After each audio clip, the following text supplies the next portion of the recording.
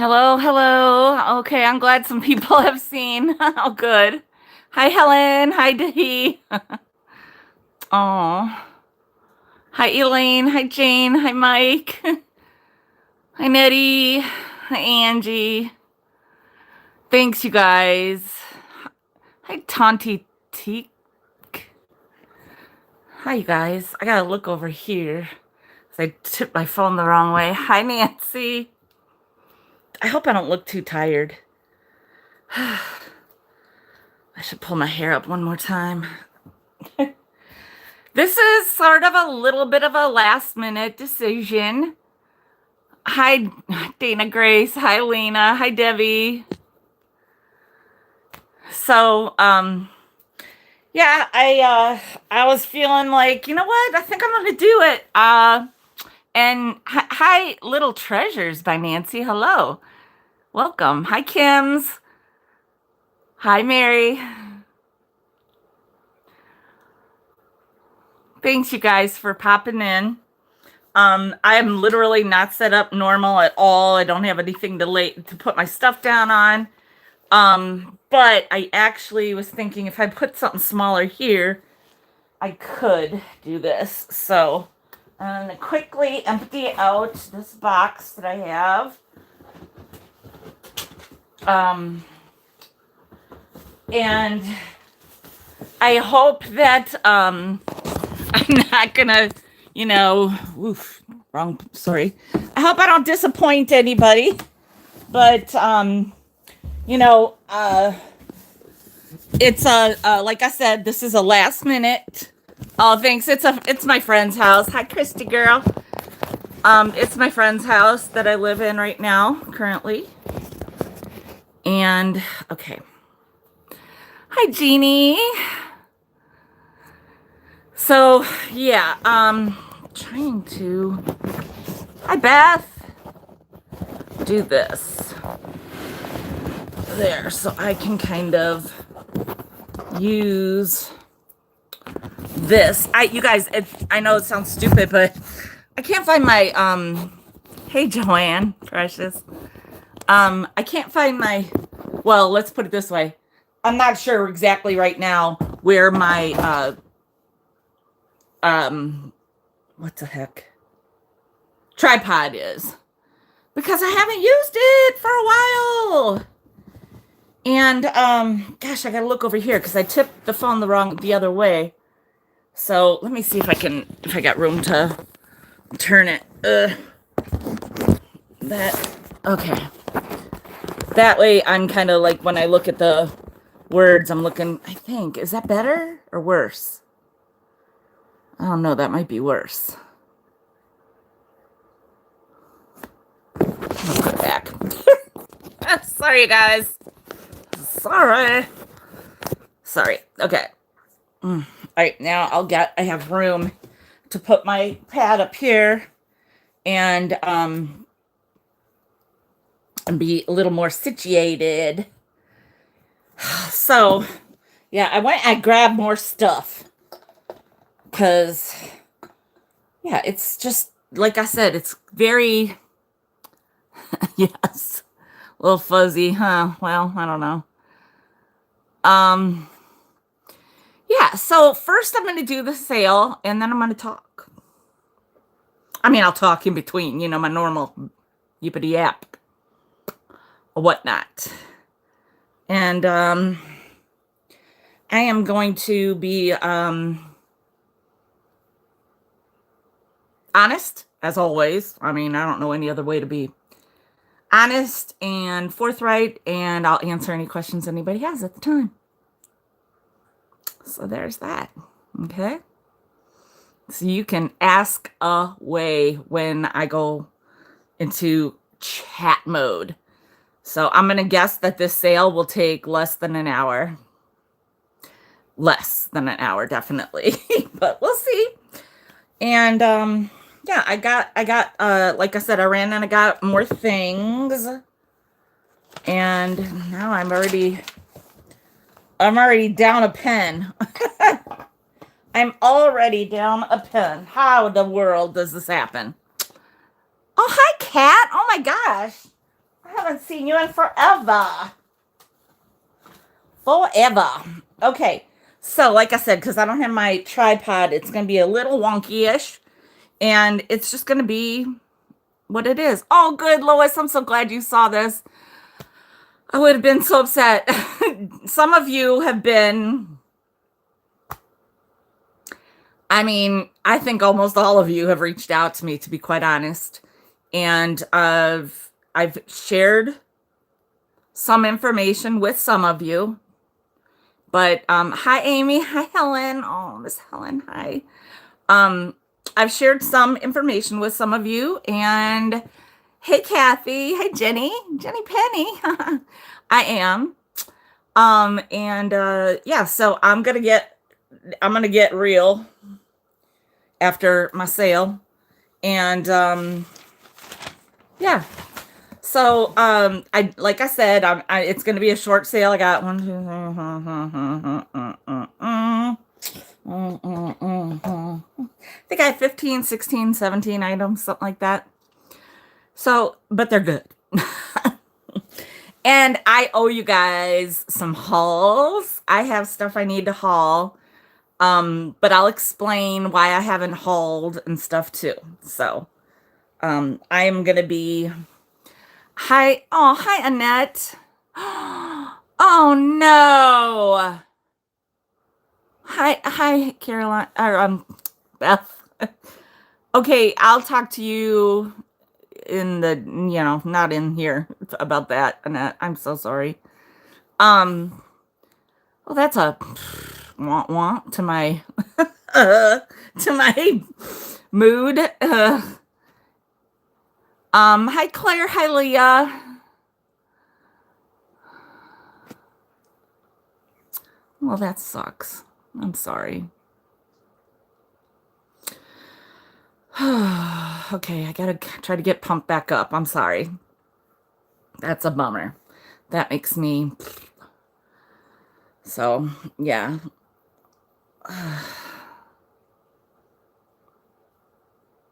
Did I miss an email or anything from you? Because I've been checking all that every day, all the time. So, okay, well, I'm just gonna forge ahead. Okay, I'm gonna do the sale and then get to the nitty gritty.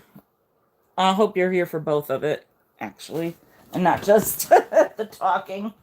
But okay, so I'm gonna start with a little Avon. And it's this little fella.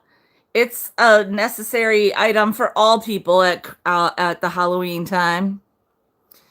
And it's this little owl decanter. It was a sachet. I don't even know if there's anything in it. No, it's totally cleaned out. Has a little scent to it, but it just says Avon on the bottom, which just means that sticker somehow got removed. Happens all the time. But this is something that a lot of you have seen. This, if you have an Avon collection or an owl collection, you likely already have him. But he is great for now. Oh, that's weird. Thank you. So anyhow, he's going to be $10. And you know what? I did not number things. You guys, I'm a little out of the... Thank you, Samantha. I'm sorry. So, I'm just gonna say,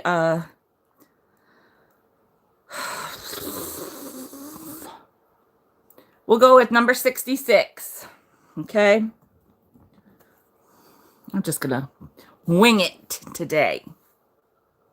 Winging it.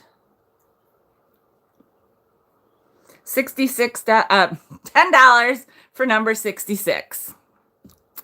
And he's a cutie. He's kind of a necessary guy in thanks, Helen. Helen, I have been looking for a brass eagle for you. I was at the flea market last weekend and I had my friend, thank you. Thanks, Donna. Yeah. My friend, I'm like, this is what I'm looking for. So we're trying for you. We're trying. So thank you, Miss Helen. All right. Next up, I have this little girl. I thought, let's throw in a like a Halloween sale because a lot of people like to do strange things with little ones like this. Right? So she's nothing special. She's got a beautiful dress though. I will say that much.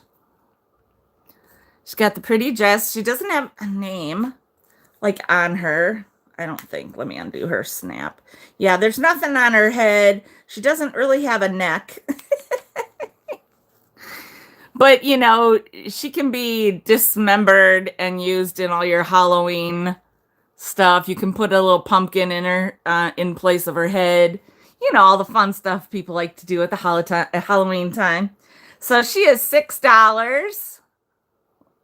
And her eyes do close. Her eyes do close. $6. And she's going to be number 52.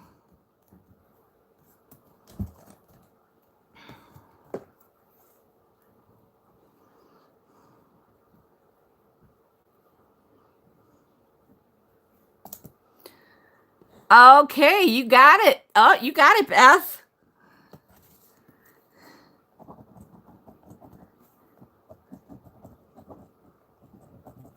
Thank you. Thanks, everybody. Hi, Linda Nita. Aw, Dana Grace. Thanks, you guys. All right, you guys, this next item, I've been holding on to this. I have. And I am telling you right now. Hi, Chrissy. I think it's going to be a popular one. It's an apron. And it says, this witch can cook. Yes. Look at that. It is so cute. It's like kind of, I want to say it's like almost like a halter top, at the top. And then the bottom, look at that. Look at it. Ah! Now, this is not vintage. It is by a company called Grasslands Road. Grasslands Road, whatever you want to call it. Made in China, whatever. It's polyester, linen, cotton, rayon, all the things, because it's all these different, it says hand wash cold. So but isn't that cute? Look at the detail. I think it's adorable. Yeah, and it's got the black tie to, tie it on. But it's so cute at the top like that, see? Like that. Kind of accentuate your bosom.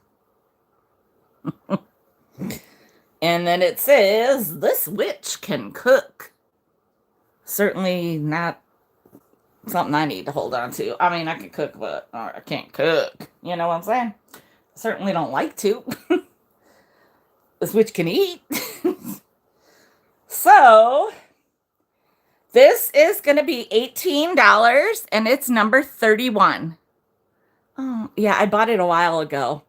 So, it's been like one of those things where I'm like, I gotta get this. Hang on, I'm gonna grab something here. I can put things in. Oh, I was sitting on my pen. Go figure. I was sitting on my phone earlier today, so I don't know what's going on here. Oh, well, little Missy is coming out for you. Right? Coming out? Say hi? Come up. Come on. You can come up. I'm not in your way. She might go get something to eat. You want to come up? Here. Come on. Up. Up. Up. I'm kind of in her way. Ugh. Bella, kiss? Kiss?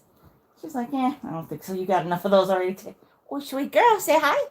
Are you saying hi? Oh, that was a very ladylike little burping. Yes, I love you. I love you. Oh, you're pretty. Yes, you are. All right. So, what's next? What's next? Well, I'll tell you what's next.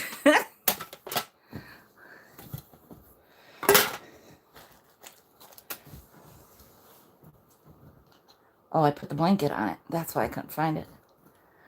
Yep. It's these cones. You guys have seen these cones before. And I think we're still at I forgot what Nancy said they are, because they do have a little hole right there in the bottom on each side. So Nancy might type in what they are, actually. I swear that I looked something up and they said they were like for birthday cakes. But you know what? It makes sense that they are not, because they're a little large for that, you know? I don't know. When I saw them, I thought that they could be... Hi, Lori. I thought that they would be perfect for... Oh, well, that's an idea, too. I just thought that they'd be perfect for something at Halloween. You could stick something on here. You could set it down and then stick something on here. You could make one of those dolls with a head right there. You could do all kinds of things. Witch hats. Yes, exactly. But Nancy, if you're here, you can put in what they actually are, because I don't remember. 1, 2, 3, 4, 5, 6, 7 of them there are. And I do not have... I do. Hang on. Why not just get up and get it, right? I do have a measuring device. And they are... You guys, I just decided to do this like an hour ago, to tell you the truth. I really did. They're like 5.5 inches long. And so I don't know, but whatever they are, I just think they're good to be, you can use them for creativity. Okay, there she goes. They screw onto a plastic bottle, turn it upside down, and water your plants. Okay, there you go. No wonder it looks like a little bit of a flower there. So see, you can use it for all kinds of things. Oh golly, you know what? I am so sorry. I just like got all worked up and skipped right over. You got it, Miss Lois. You did. I'm sorry. See, I gotta get back in the groove. Get into the groove.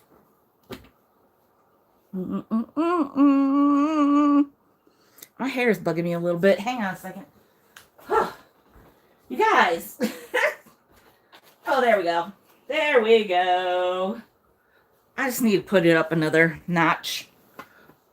Because sometimes it's just, when it's flopping around, it just bothers me that way, too. Doesn't seem like a lot, but sometimes it is. There we go. Bun in action. Let's hit it. Okay. So, hey girl, hey. How you doing, little Kim? Little pretty. In the house. Okay. So anyhow, these plant waterers / witch hats. Yeah, they're, see? It's weird. I don't get it. Hi, Georgia.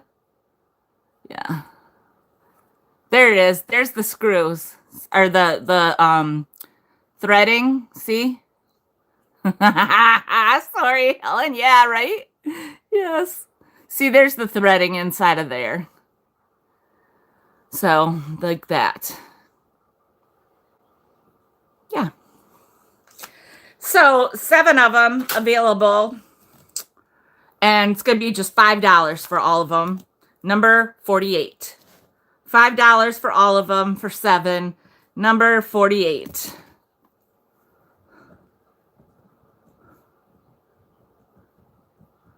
For the plant waterers. Lindunita, you got it. Thank you.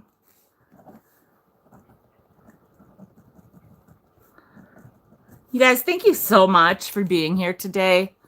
It really means a lot to me. Okay, these next things I had in a sale, but I think it was too soon. think it was just too soon. Yep, they are. Yep. Okay. It was, so they're just this little bag of discs, and I had a bunch of them a couple weeks ago, and I was like, wait, I had another one somewhere. So somebody cut off the top of it, and like maybe had gotten a couple out.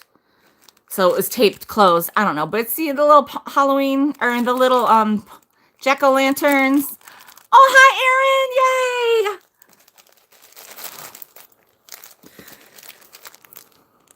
See, oops. I gotta remember I turned my phone the other way. So it's just this bag of discs. And they're going to be $3. $3 for the bag. Number 25. Oh, that's okay. I might doze off too. I'm kidding. Kidding.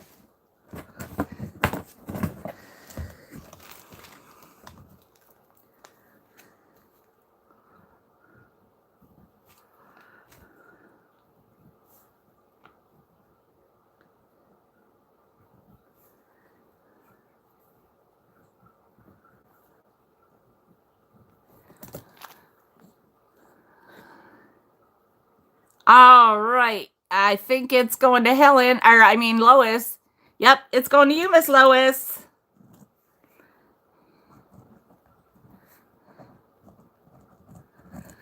Lois, do you want to hear something funny? My nickname in my head for you? Oh, Purge. Yes, girl. My nickname in my head for you is Sweet and Low.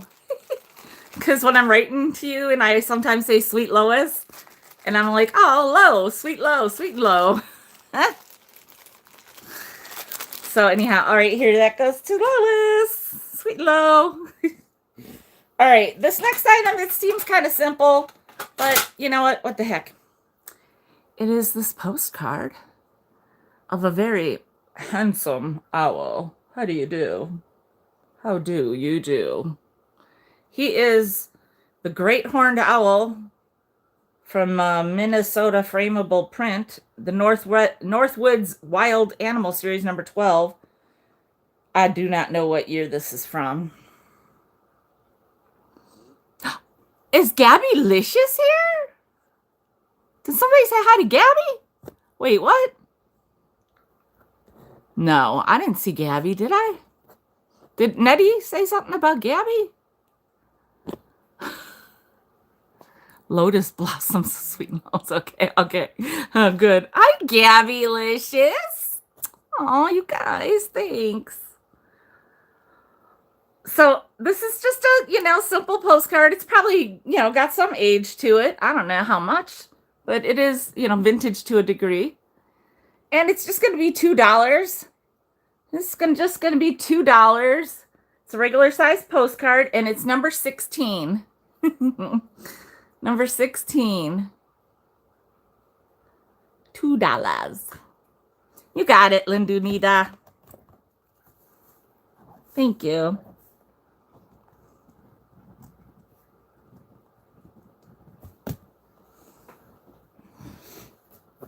Okay, these items are just, I just love them. They're like these little, mid-century mod. Hey, wait, Gabby, was I right?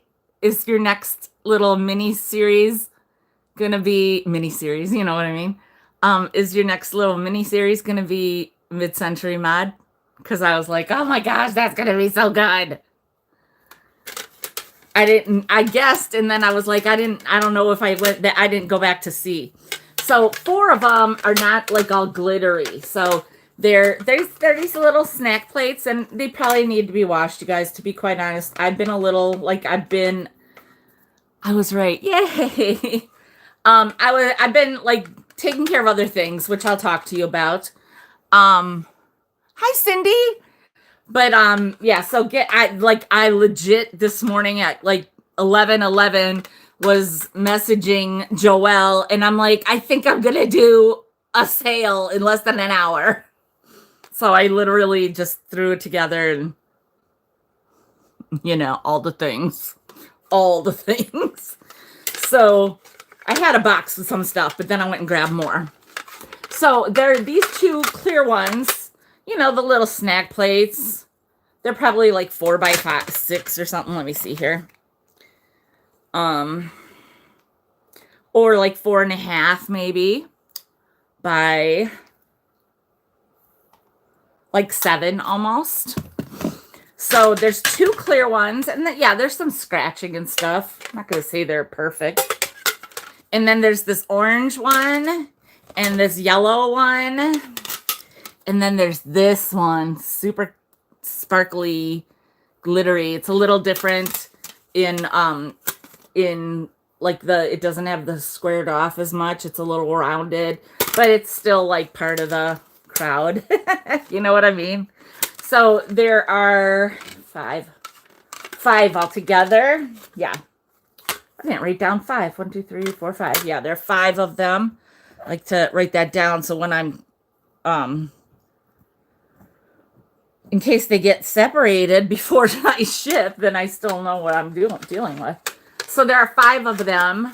And I mean, right now, like, let's say, look, how cute does she look sitting on her little, or like Gabby could, and it's mid-century, and like have her little scenes sitting on a little mid-century tray, you know? Or you could put like some little pumpkins or whatever. Hey, Tracy. Good morning to you as well. So yeah, so these are, and I just see this little, in this glittery one, I do see like a little bit of a crack there, but it's still fine. It's still intact. And like I said, they need to be cleaned. This one is by Najib, which they're, you know, like the little cha-ching. They are a little, the better brand, I guess I could say, of these. So, so for all 5 of these, it's going to be $12. $12 and number 3. $12, number 3. For all 5. 2 clear, 1 orange, 1 yellow, and 1 sparkly. And that one is by Najib, which is the like brand that you would be maybe if you pulled this up on I don't know if you can really see it there. Oh, there you can see it against my head. Najib. So, ooh, okay. All right, so that was 12 for all of them. Number 3. Put those over there. Okay, next up I have these really cool trick-or-treat bags. I have 3 left because I had to gift 1 or 2, you know, because that's me. So they're not massively huge, okay? They are made in Taiwan. They're 100% PVC, made in Taiwan, ROC, Republic of China. So they are, you know, vintage to a certain degree. They are like about 13 1/4 by 10 1/2. 13 1/4 by 10 1/2. Okay. Super cool. Like I would put like, you know, some filler in here and just prop it in a display or hang it on a, you know, hook or something. Because they're not squared off at the bottom. Okay. I have 3 of them available. They're going to be $12 each. $12 each. And they're number 68. Number 68.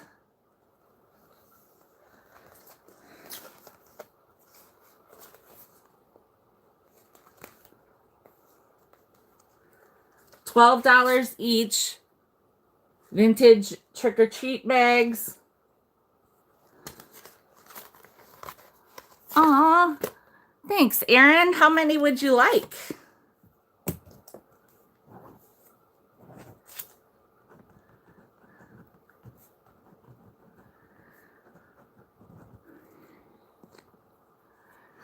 Erin, let me know how many you would like. I have 3 available.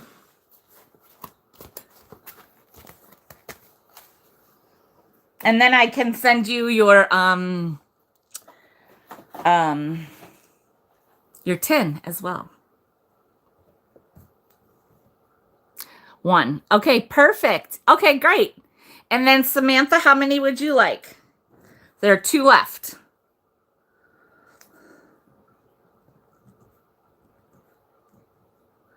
And also, I would like to let you know that I've got 1. Okay, so I have 1 left if anybody is interested. You guys, I have, thanks to D Rose, I have a new rate implemented in my pirate ship for Canada and other countries. So it's cheaper for me.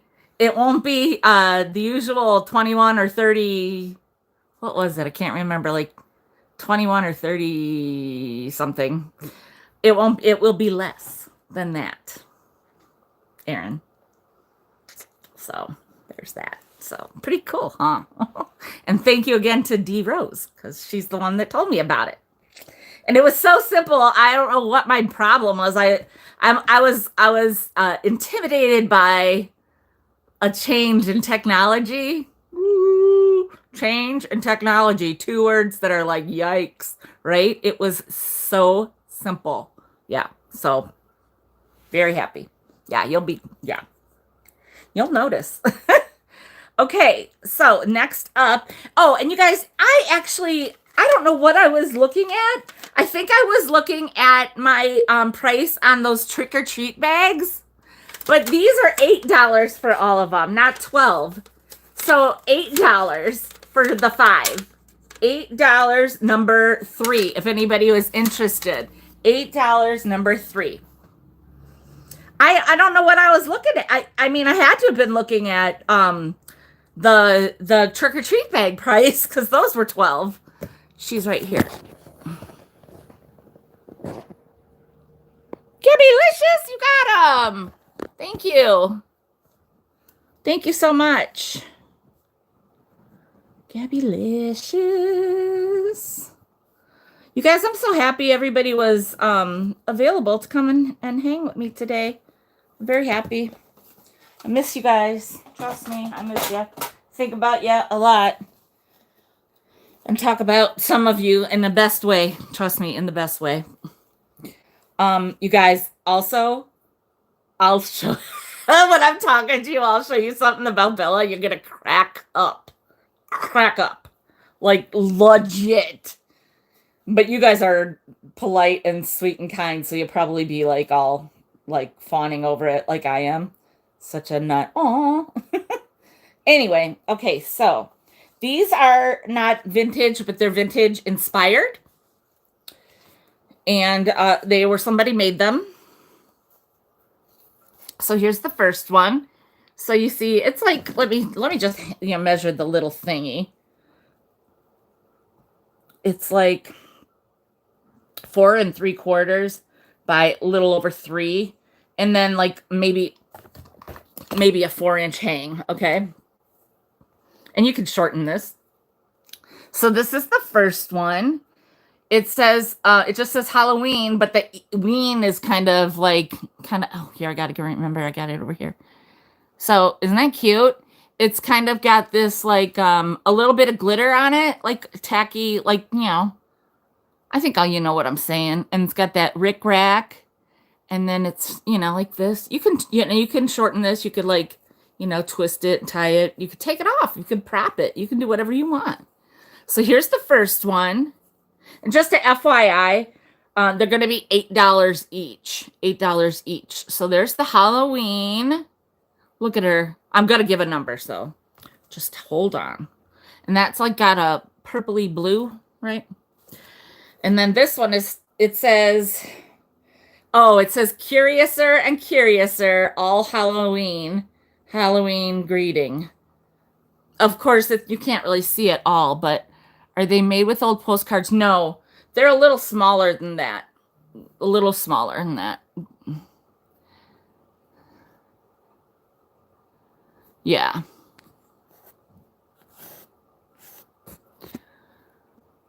So there's that one. And it says Curiouser and Curiouser. Makes me think of Nancy. Because she's, I don't know, we had a conversation about that or something. She bought something like that. I don't know. Yeah, like I said, vintage inspired. So really cute. And that one's orange on the back. No, I would say, I mean, no, they're not. They're too small. They're smaller than a postcard. Look. I mean, a small postcard maybe, but see, that's how big a postcard is. And they're just made from, I don't know, and then somebody like, just did it with the shape or something. And then this one says, watch out for witches, old and lean, always cast spells on Halloween. And it says Happy Halloween, and it's an owl and 2 black cats. Watch out for witches, old and lean, always cast spells on Halloween. Okay. And then it's got the owl spreading its wings and 2 cats. Kind of an odd friend pairing.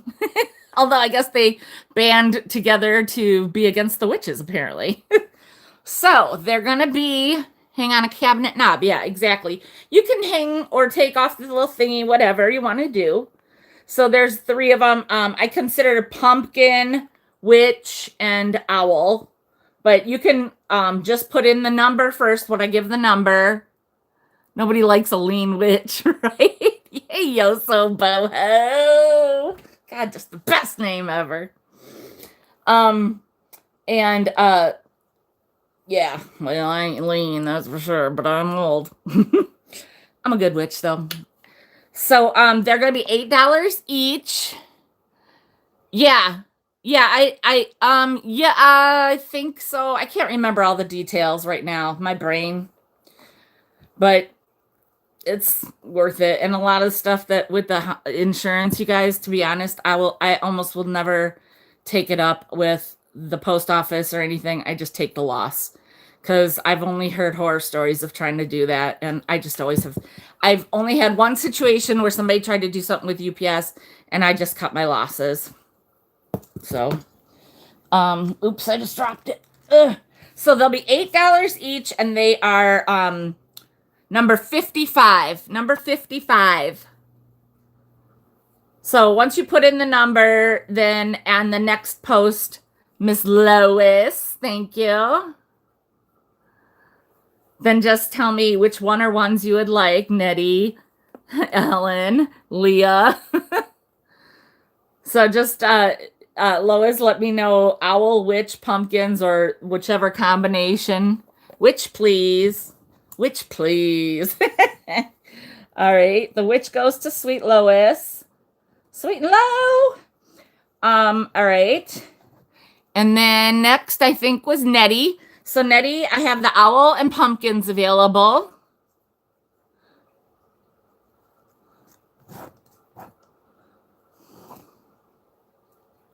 Pumpkin for Nettie. Okay, so next is, I believe, Miss Helen. Yep, Miss Helen. Helen, if you wanted the owl, we're in luck. So, Helen, this is the one that I have left. If you're interested, you are the one that is next up for choice. Owl, yes! Well, I just love it when it all works out that way. You guys are the best. Rock stars. You're rock stars is what you are. Okay. Next up is, you guys, yes, it sure did.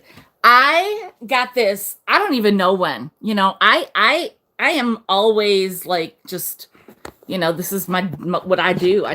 I'm always looking, right? So, there, that's a little better. So I find things, and I put them away. So whatever. Well, I did, yes, I do too. I did a search on this. Let me tell you. Um, Again, I might be having it for you. I might have bought it with the vision of it being my inspiration, so to speak. But sometimes stuff turns out to be really good. And that's what this is. So this is, first of all, a really cool chunky mug, right? Oh, I love it. Love it. No chips and cracks and all that jazz. It is black and orange and like a off-white or whatever. And it is Czechoslovakia Urfila something. Okay. Now, if you want to go ahead and look that up, and it says half a liter here. I don't know what, There's a set of these. A set of, I think, 6 mugs and like a pitcher for $230. So yeah, I mean, when I saw Czechoslovakia, I was like, mm-hmm. And then I looked it up and I was like, mm-hmm. Offer up? Okay, I'll offer it up. But I'm gonna start it a little lower than what I was gonna ask. So it might get it for a better price. You never know. So I'm just gonna start at 18 then. I'm gonna start it at 18. So offer up. So on this, I'll just say we're gonna start at 15. Starting at 15.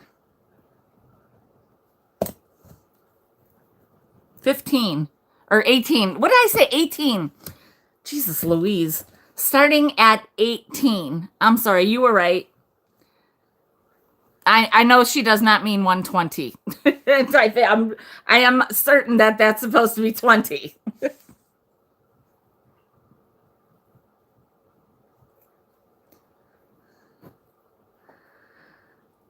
See, I see Gabby at 22.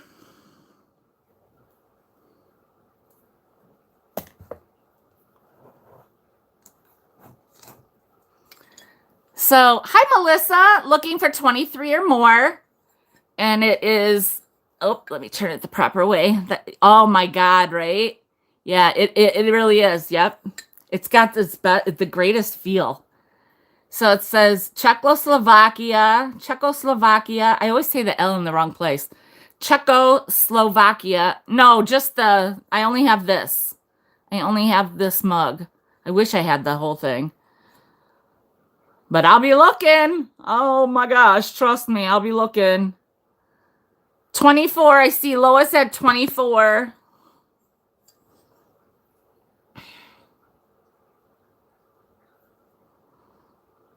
See how it like comes in? It's so cool.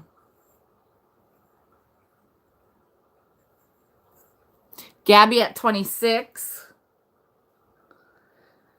And I love the honkin'. It's just like it's a mug you can hug.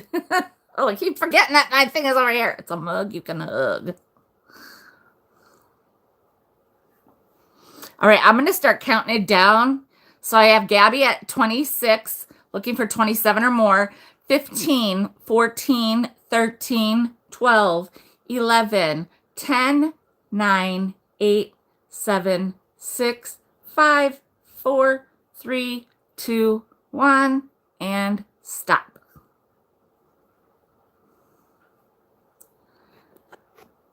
So looking for 27 or more or the stop.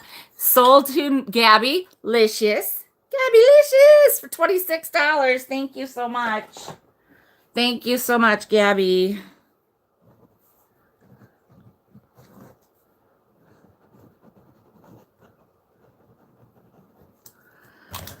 All right.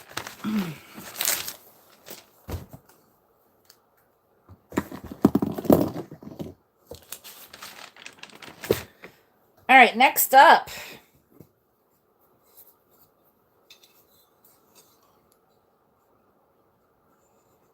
Oh, that's awesome, Gabby. So I have this little guy. Isn't he cute? He is precious. He's perfect. He doesn't have he's got to be hobbyist.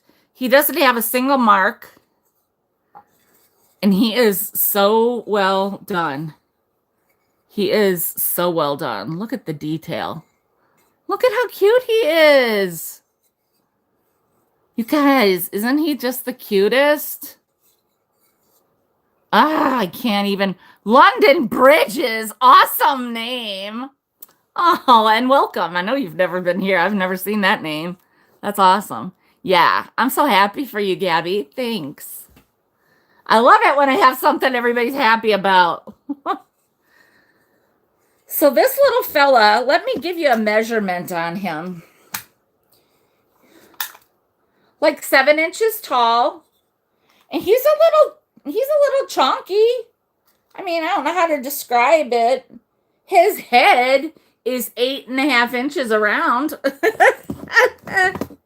Look how cute he is, you guys. Is he not the precious little owl that you've needed in your life? It does look like when they were doing the brown paint, like somebody accidentally got a little smudgy smudge up here and maybe down here by my pinky. But I mean, it's not like something that's like, it's just like, oh, it could just be a little dirt on the little owl. Isn't he adorable? He's got the little like a precious little baby that's really alert. Jack was that, oh my God. He was like always with his eyes. And when he was a baby, he was the first, so he was the only one. And we'd be at the mall walking around and people would just be like, he's so alert. And he was like, but yeah, this how the eyes are, right? So cute. I love how you said, oof, you're new. If you're new. I think she means if you're new. That's hilarious. So anyhow, yeah, he forgot his owlet Pampers.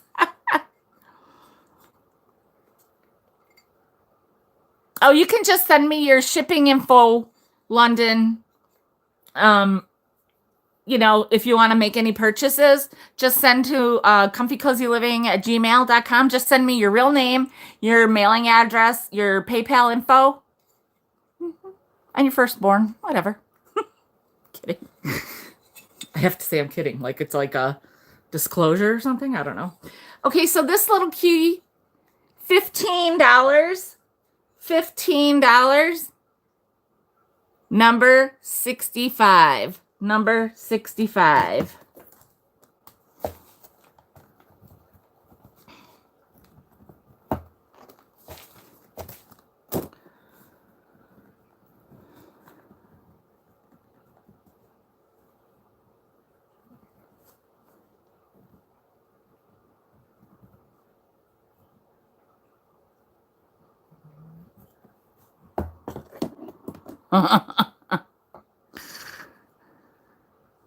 I actually don't want any more children, so we're good. I'm good.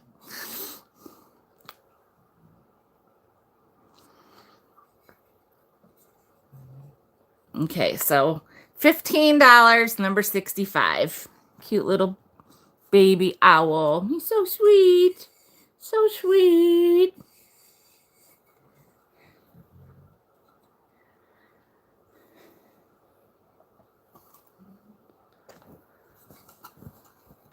Yeah, sure you're kidding. Sure you're kidding, Beth. All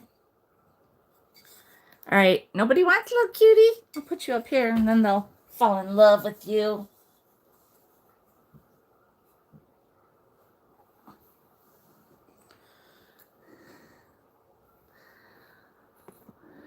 Okay.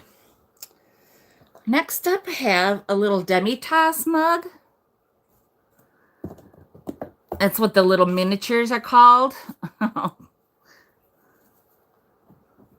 Well, happy birthday to her.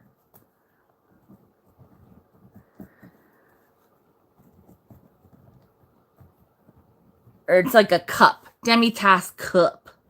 Well, if you want to speak in my terms, it's a mini mug. It's a mini mug. Who said number one? There is no number one. I don't have a number one. So try again.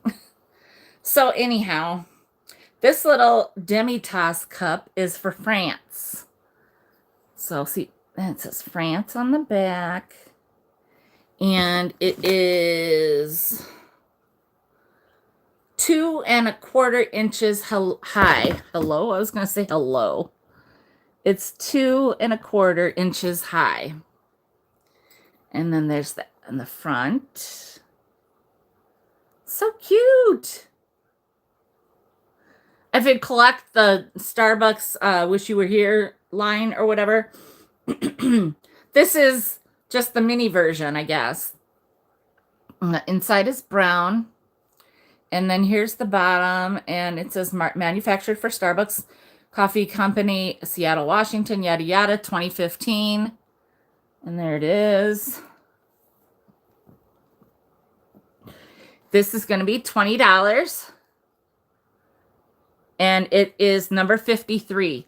$20, number 53.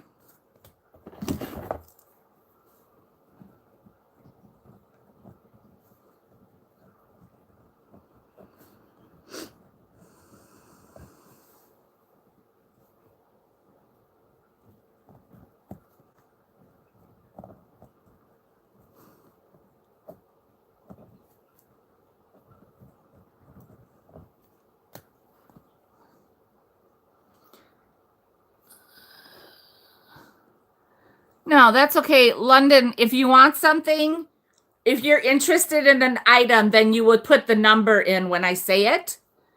And there was the one offer up on that check mug. So if I do an offer up, then you can put in numbers to make your offer. And then when I count it down, the highest offer is the one that gets it. But the rest of it is just like, so like this, I'm saying it is $20. And hey, Mariah, it's $20 for the mini mug, the demi-tasse. Thank you, Mariah. And so if you're interested in this, it's number 53.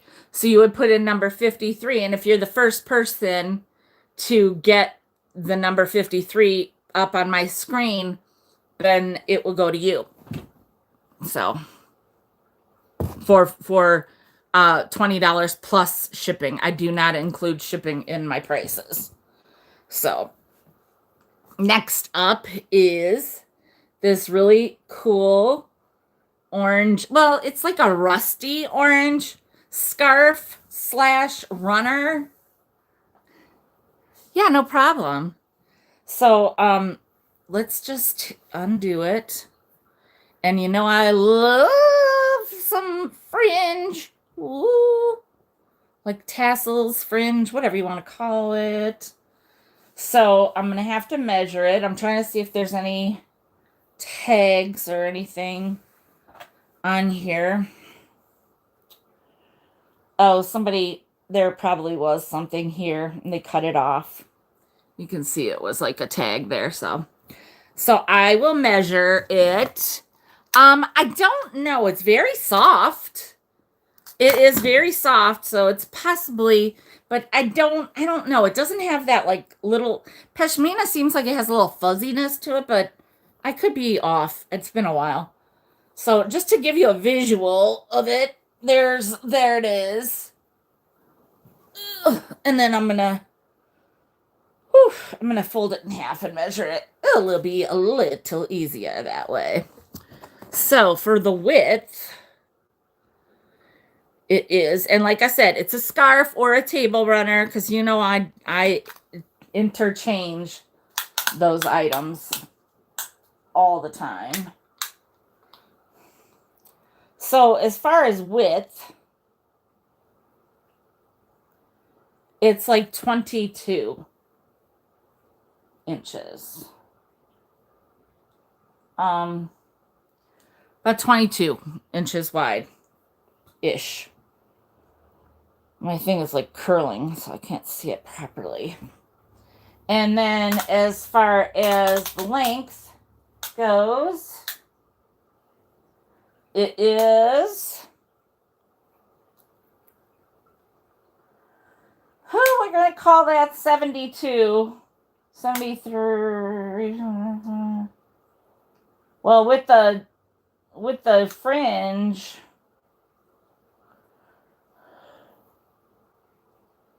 we're going to call it between 70 and 75. Sorry. We're going to call it between 70 and 75 because of the fringe. And then I think I said about 22 wide. Right? It's really nice. It's quality. Let's just say that. And it could be pashmina for sure. There's the...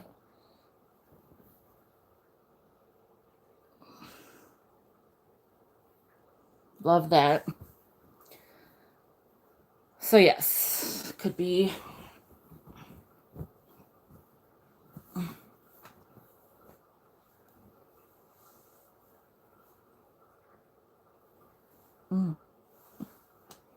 Very nice. And it would look lovely on a table for fall as well. You can always just hand wash it to be sure, or you could Google and just say pashmina just to be on the safe side. It is going to be $15, and it is number 44. $15, number 44. Hey, Joelle. Yay. Are you proud of me? I'm sure she was like, you're crazy. You don't need to do that. It's too soon. It's too fast. You can't do this in less than an hour. Especially when she saw how I looked at that moment.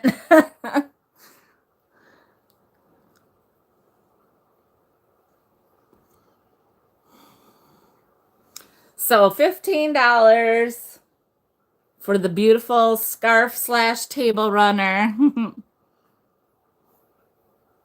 And it's about 22 inches wide. Oh, you got it. Thanks, Samantha.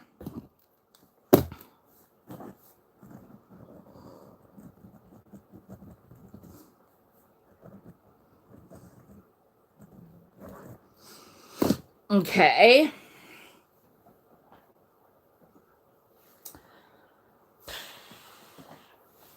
Almost done with this part. Don't forget, we still... Oh, wow, that was perfect. We still got this little nugget here available for $15. The ceramic owl. And also still have the France Demi-Tasse mug available. I think everything on the other side is sold. Let me just make sure. Yes. Yes. Okay. So next up, this is not just a napkin holder. This is also for your salt and pepper. Do I have the things? No, I do not.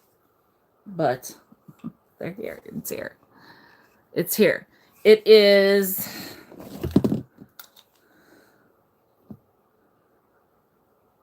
10.5 inches. Oops, fell out of my hand. 10.5 inches. Almost. Actually, it's 10 3/4. 10 3/4. By like a little around 2. A little over 2. Just a tad. What did I say? 10 3/4.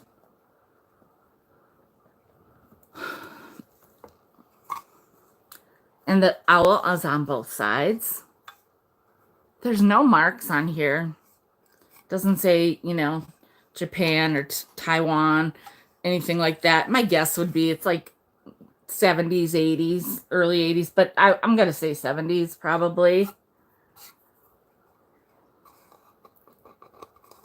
Look at that cutie. You could easily use this for letters and just have this in your office. Put little, whatever, just set a few little tacks or whatever right here in these little spots. Keep your Yeah, yeah. Keep your letters or your stamps or your address book and stuff like that. Ugh, I know a lot of people are online with all their stuff, but I'm still old school with like an address book and things like that. So this is going to be $20 and it's number 38. $20, number 38. Yes, file folders. Mm-hmm. Yep. I mean, think about it. Like if you go to Target or like Home Goods, TJ Maxx, they have all this stuff for your office that's like total like decor, you know. All right, you got it, Gabbylicious. Thank you. So why not make your space that you work in be like beautiful or enjoyable or, you know, comfy cozy?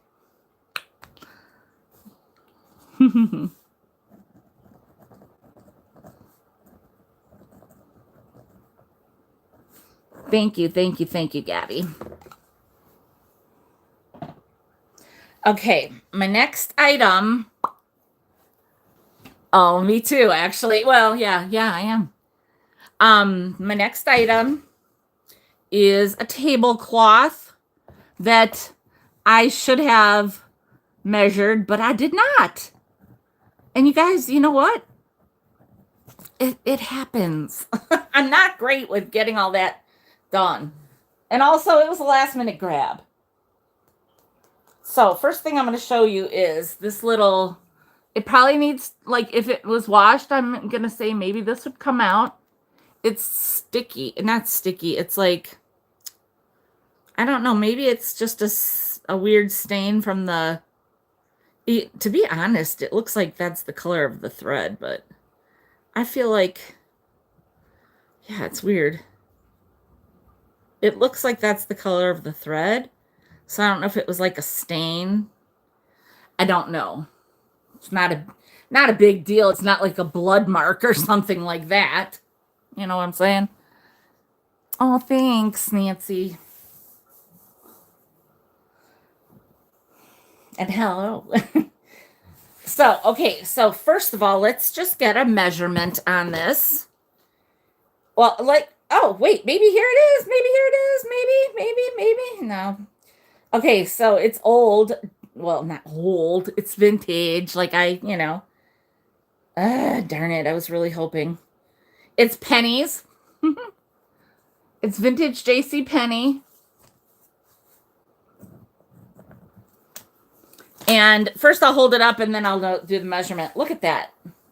Look at it. Isn't that great? I mean, that's fall, y'all. Right? All right, let me get a measurement on here for your vintage JC Penney's tablecloth.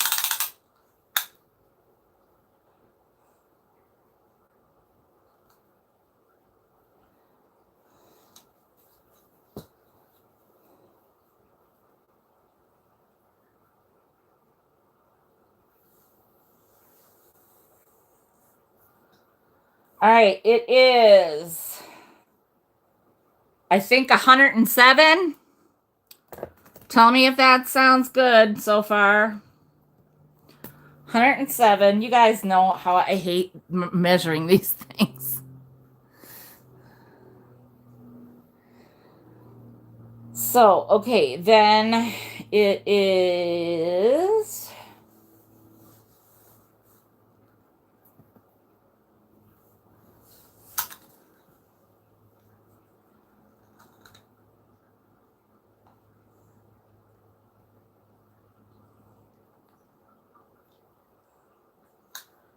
All right.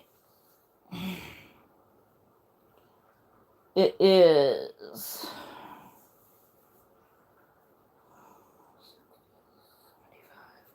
75. So approximately 107 by 75. Does that make sense? I don't know. But it's so good. Look at that. It's a permanent press, I think it was. Isn't that what that thing said? I'm gonna find that tag. I keep forgetting that you guys are over here. Sorry. I'm gonna find that tag. Of course, it'll be in the last corner I check. Oh yeah, here it is. Yeah. Pen pressed. Machine wash, warm, tumble dry. No, it's a tablecloth, I believe. 107 by 75.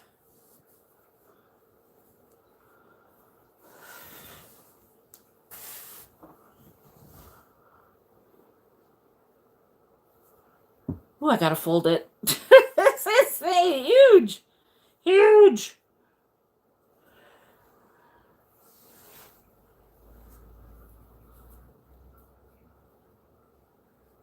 Okay, wait. There is a little pulling here. I'm not going to pull it out. There's a little pulling right there. Okay. And a teeny little bit of pulling there and pulling there. Okay. I am not going to touch it. But I think that's all I see in the way of anything like, you know, wrong with it. Other than that one little spot that I already showed you. And it folds up really nicely.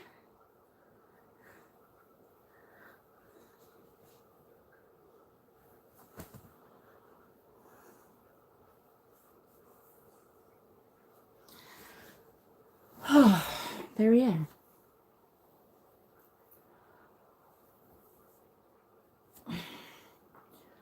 So, oh, this should ship like a dream if this is the only thing you bought. No worries there. This is going to be $15. $15, number 28.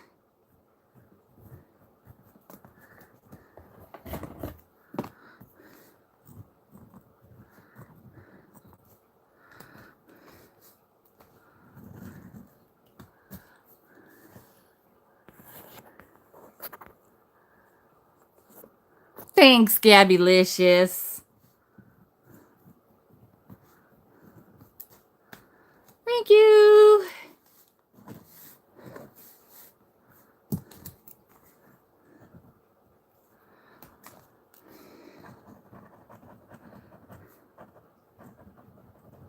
Okay, my next item, you guys, is I want to do something real quick. If you could just give me just a second here. I got to run to the other room because I put something in my bedroom and I just want to try to clean something on his belly.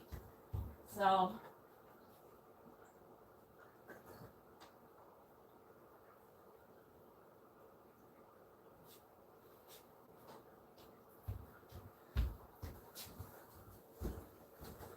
I'll feel better about it knowing that I tried because like I said, I was like grabbing some of the stuff at the last minute.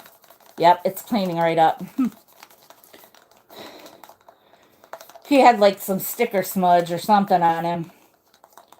I knew he'd clean up. Like a dream. Like a dream!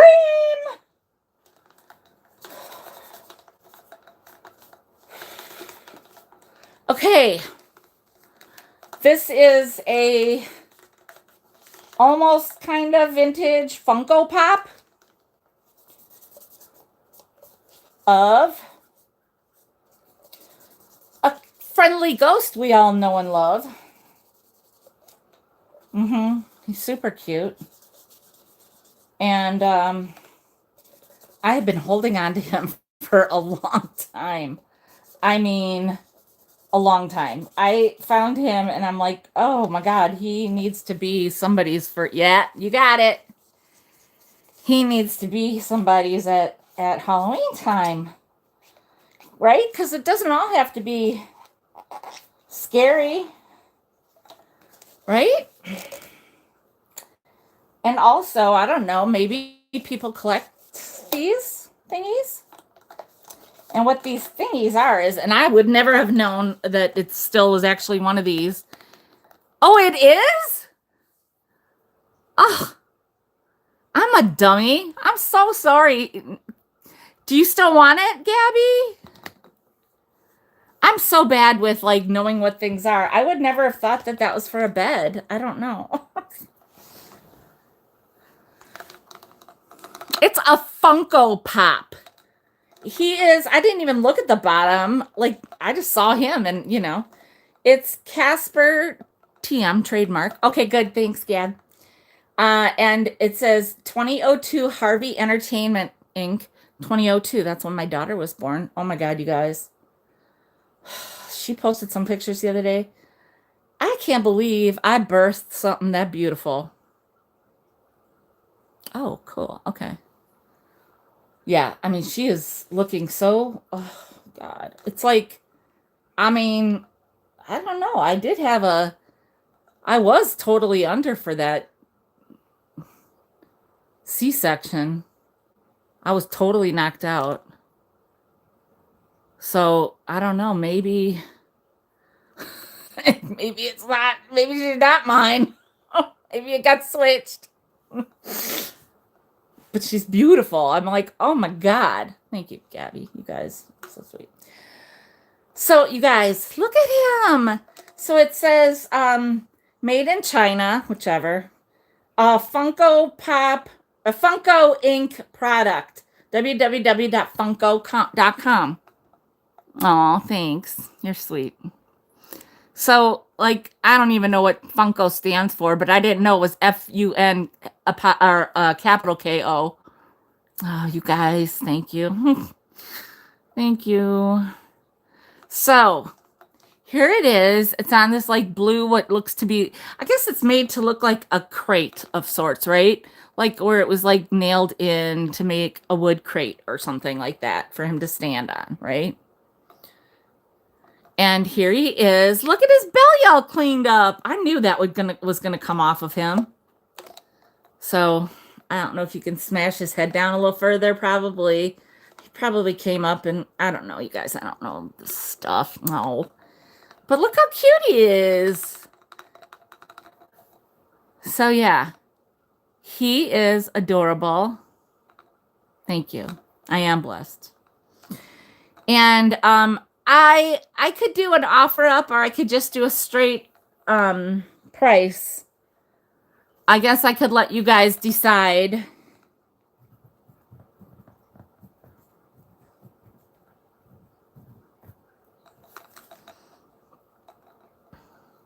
Thank you. Do you want me to just do a price or an offer up? I might just do a price.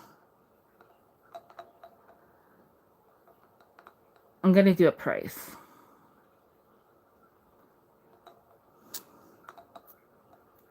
Yeah, I don't know. These Funko things. So it's going to be $20.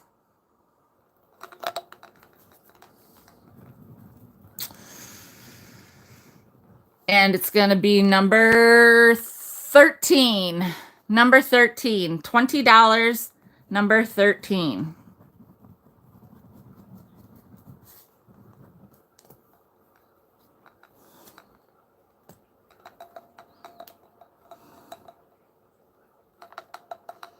And you guys, isn't there a song for him? For some reason, I can't get it in my head. I keep getting the Felix the Cat song in my head. I'm not getting the right, I don't know, Casper, Friendly Ghost. I can't get it. I can't get the, I don't know. So Casper's $20. Number 13. Maybe nobody wants a Casper. He would be so sweet. And somebody's, I don't know, the people that collect the Funkos. I have no idea what his story is. Aw. Thanks, Sarah. Yeah, I didn't have like a huge sale. And I guess it did go over an hour, but that's me, you know. You know me. So, okay. I'm going to go through what didn't sell. The friendliest ghost I know. Okay, yeah. I don't know why I'm not. Okay. So I'll knock a few dollars off on this little fella, and I'll do $12 on him. I'll do $12 on this ceramic owl.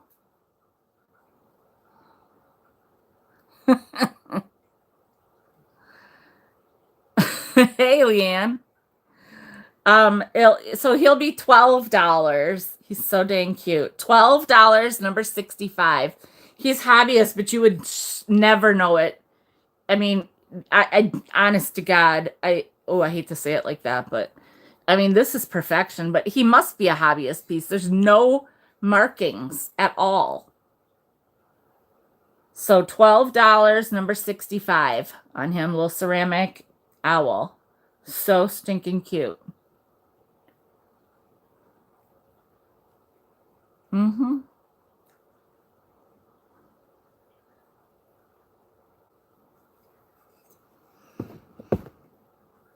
And then there's the little Demi-Tasse France Starbucks mug.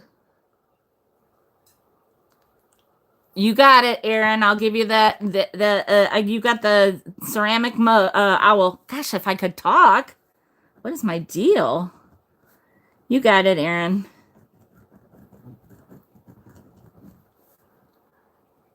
Oh, hi. Oh, Pink Elephant Parlor. Is it Sam? Why is my brain right? I'll try to make it all right for you. Sam, yeah, I knew it was Sam. Hi, Sam. Thank you. Thank you so much for being here. That means a lot to me. Okay, and so all that's left is the France Demi-Tasse mug, which I'll take $2 off, and I'll do 18, but that's about it. Okay, $18 for this, and it's number 53. $18, number 53. It's from 2015. Okay, and then we got Casper for 20. Casper for 20, and he is number 13. Casper for 20, number 13. The Funko Pop from 2002. Who knew? Who knew?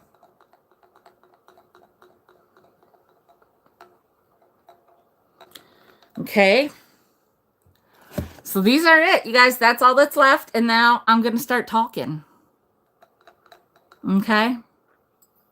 Aw, lurk away, sister. So I'm going to put these up here if anybody's interested. Those are the two things that are going to be left. Okay. So, first of all, thank you guys so much. Thank you all for the purchases and for being here. And I see 94 people are here, and that means a lot to me. It really does.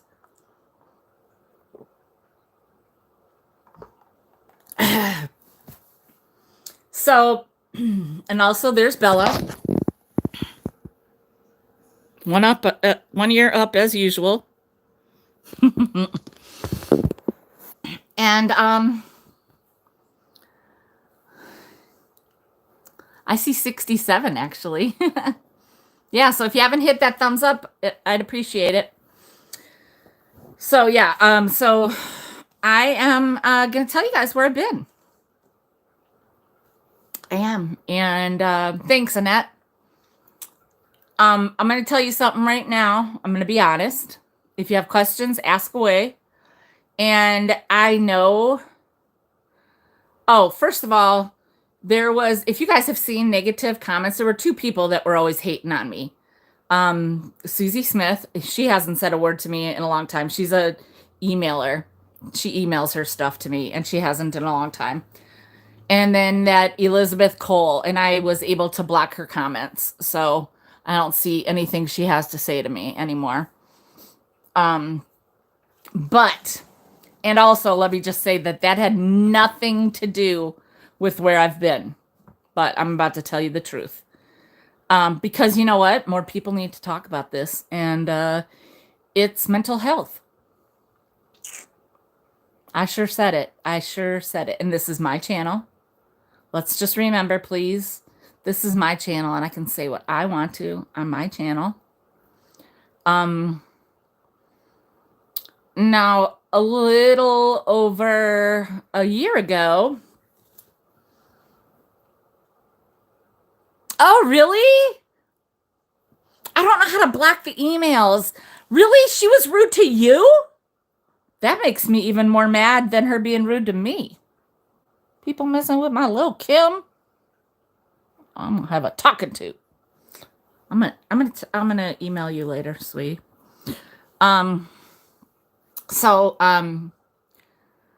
Yeah, I have been taking care of me and my mental health.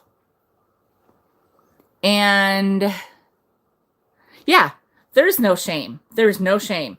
But over a year ago, I got slammed by some people.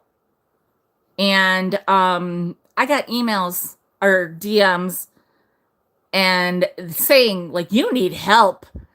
And you need to, you're losing your mind. You need help and stuff. And I will just say, I don't think people, hey, Jody, I don't think people really realize what they're saying when they say that. Because I'll be honest, 9 times out of 10, the person saying that kind of rude crap is the one that really needs the help.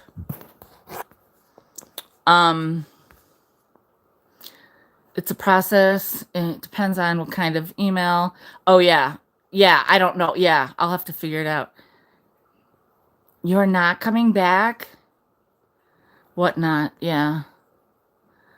This is what works for me, though. Hi, Kathy. Yeah, Jody, you know how much I love you, and I want to talk to you, too, you know.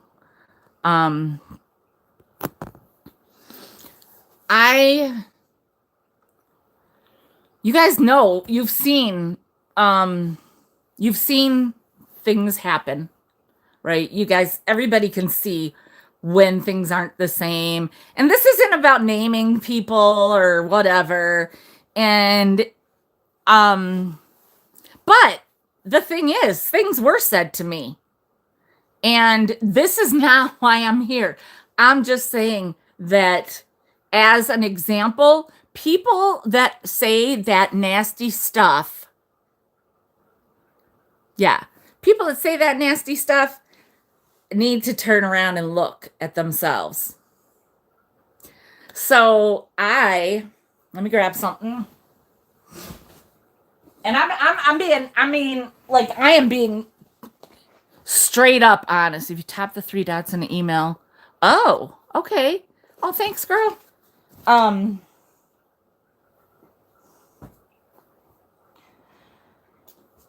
Okay. Yeah. Well, okay. So that stuff is not why I'm here. Okay, are they still in the background? So if you need them, if somebody needs to buy them, and some people go after the people who are full of joy because they want to kill. Yep. Yeah. Yeah. Yeah, my channel, you guys, has been stuck for like a year, right? It's been stuck. I can't get over that 3,000 hump. Don't know what's going on. Maybe because I'm doing the same old thing, whatever, but I'm not changing what I'm doing. At some point, I would like to not be doing a Tuesday night sale. It's a lot of work for me. And I would like to just be doing Thursdays. And I am happy with my customer base.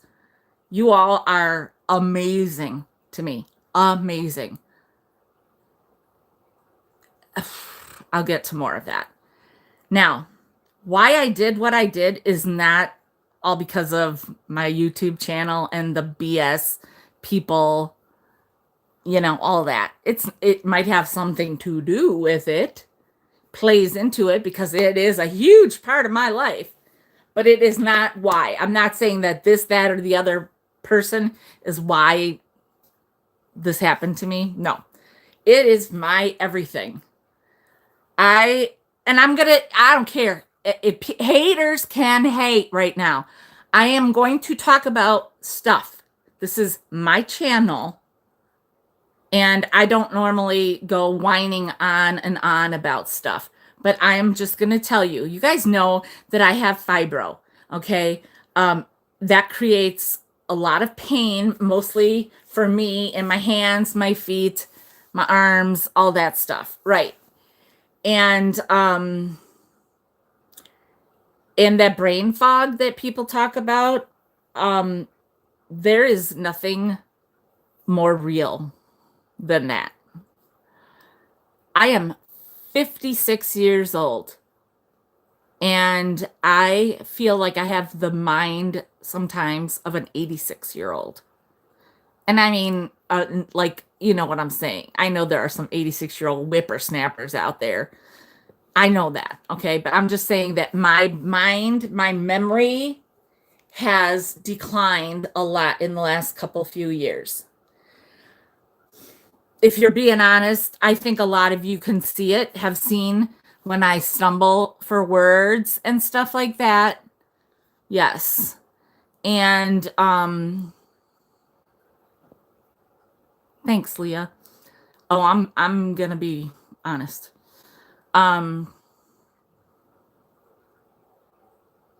Yeah. Now but I have had the problems with my memory mostly because of my fibro.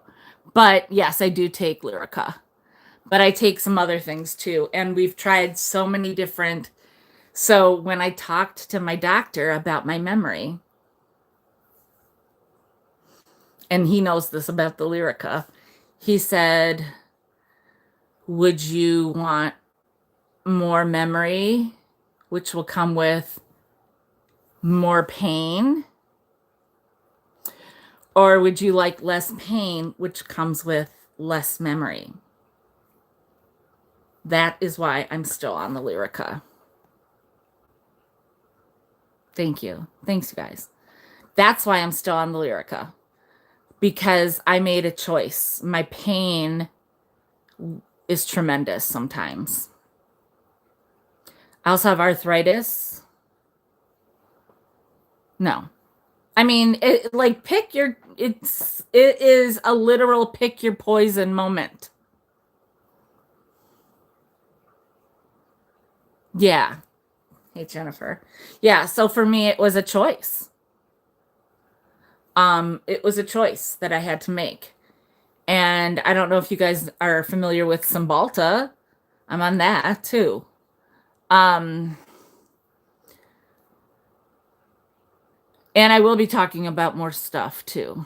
Well, I mean, sometimes, I mean, you guys, I appreciate all of it. I won't be reaching out to every single one of you, because I've been through a lot in the last week and a half, let's say 2 weeks. Let's just call it 2 weeks. So, I am still trying to get on,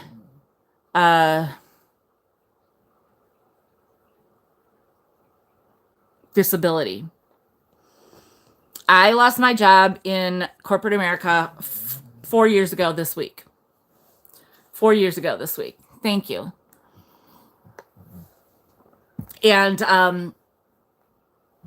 it was a blessing in disguise, because within a matter of 4 or 5 months, yes, yep, within a matter of 4 or 5 months, I started having the worst pain. I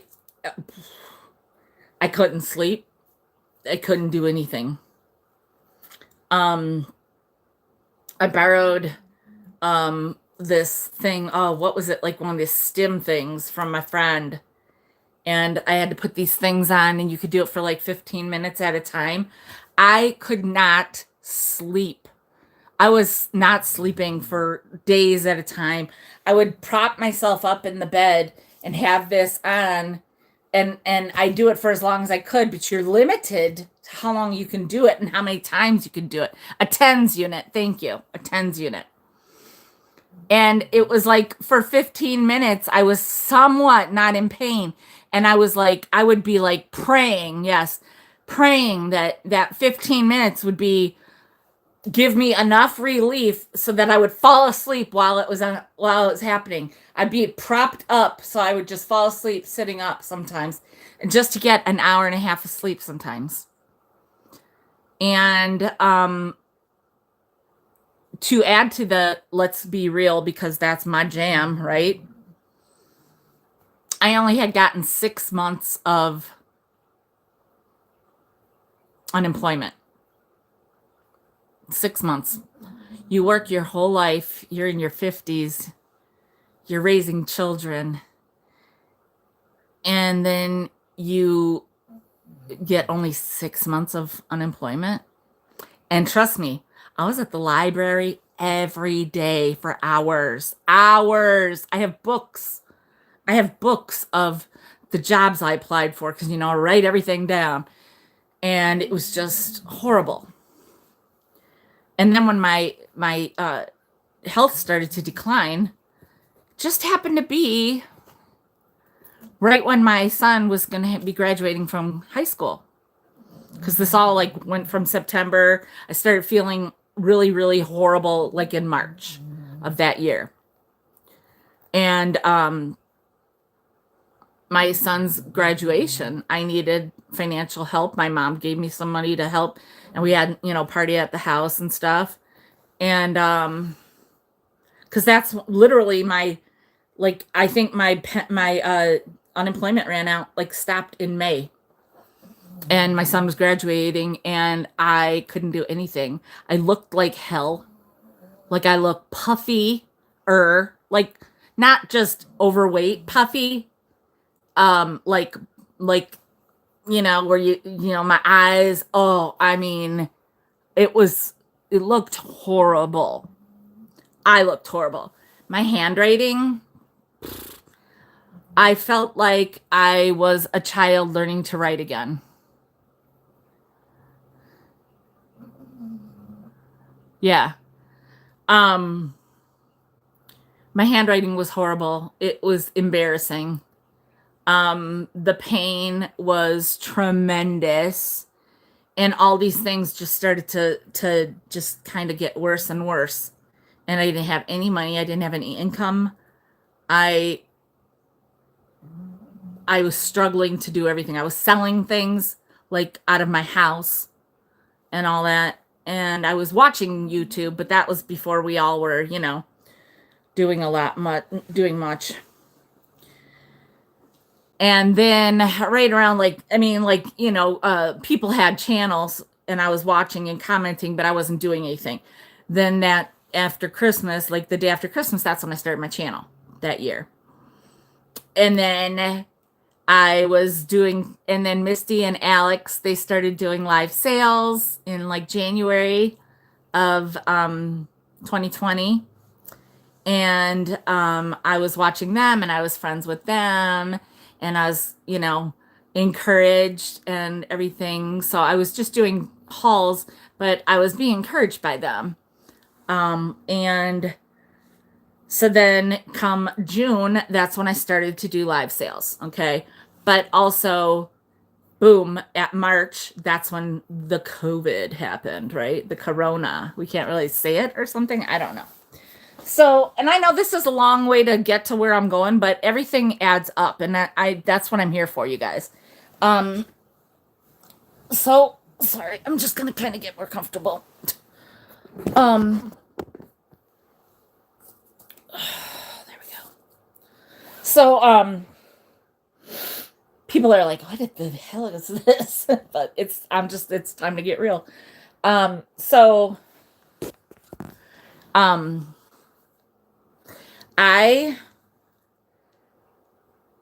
had a hard time because Rachel was in high school when all that happened. Jack was in college, his first year. Rachel's last year of high school. Rachel she was popular and all that stuff.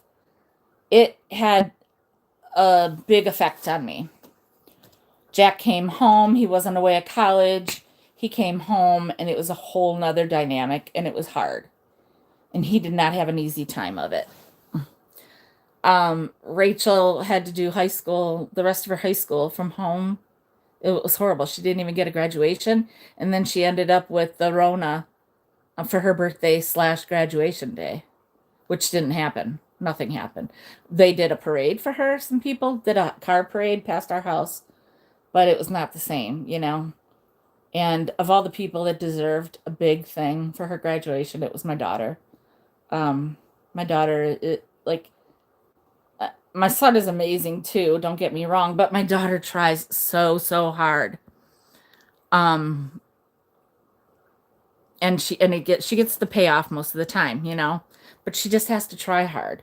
Sometimes it's not easy for some people. Just things fall in their lap, and for my daughter, no, it doesn't.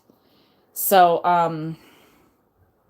so anyhow, it was hard for me not to be able to do a party and not to be. We couldn't do anything. On the other hand, the virus put a moratorium. Yes, I'm going to the financials. I'm going into all the stuff for people because it all, and I don't care. I know there are going to be people that are going to say, why would she talk about all this? Oh, I'm watching them. Don't worry. And people can say whatever they want. I just don't care anymore. I really don't. I don't care about the BS. And that's what it is. I'll tell you. I know what the words for it are. Cognitive distortions. And I'm not here for them. So my daughter ends up going to college, didn't go where she really wanted to, but she went, ended up then the next year transferring. So now she's where she wants to be. Well, that's the thing is I don't believe in secrets. I don't live my life like that. I wear my heart on my sleeve. And as much as I wanted to keep some things to myself, I found myself sharing with more and more people. A lot of people reached out to me, and you guys are amazing. Amazing. Every email I got touched my heart. Trust me. And you're welcome. Anybody is welcome to email me and ask me anything they would like. Email me if you want to be private about it. Put it on here if you don't. Anything. comfycozyliving@gmail.com. Anything. Because it's not easy sometimes to go and be public about some stuff that's very private.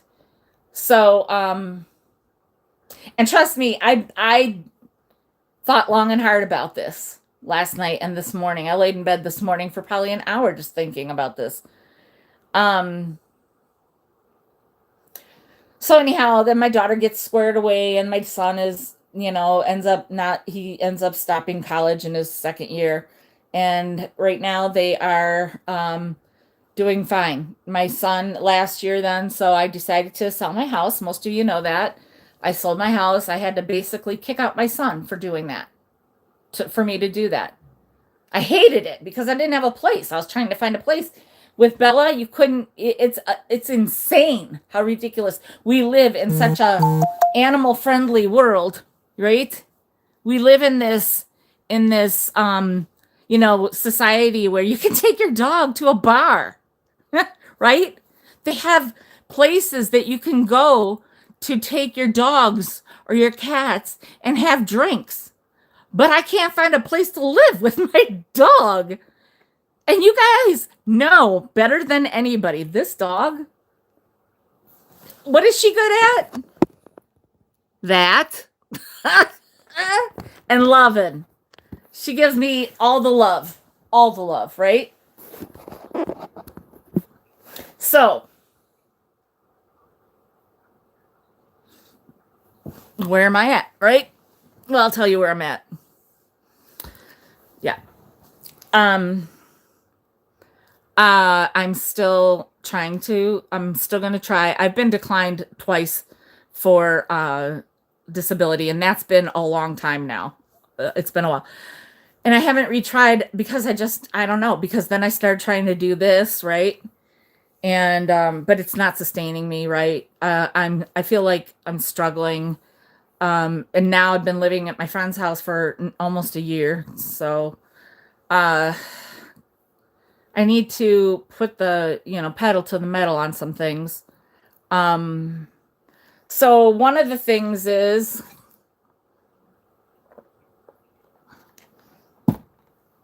besides my physical health, I had to look at my mental health because I started to think about things, not good things.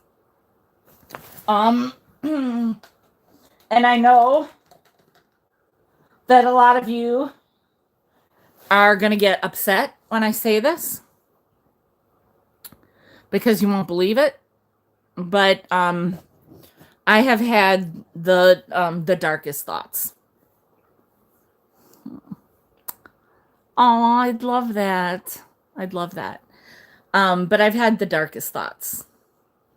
Mostly like a what if, like how would it be if I wasn't around,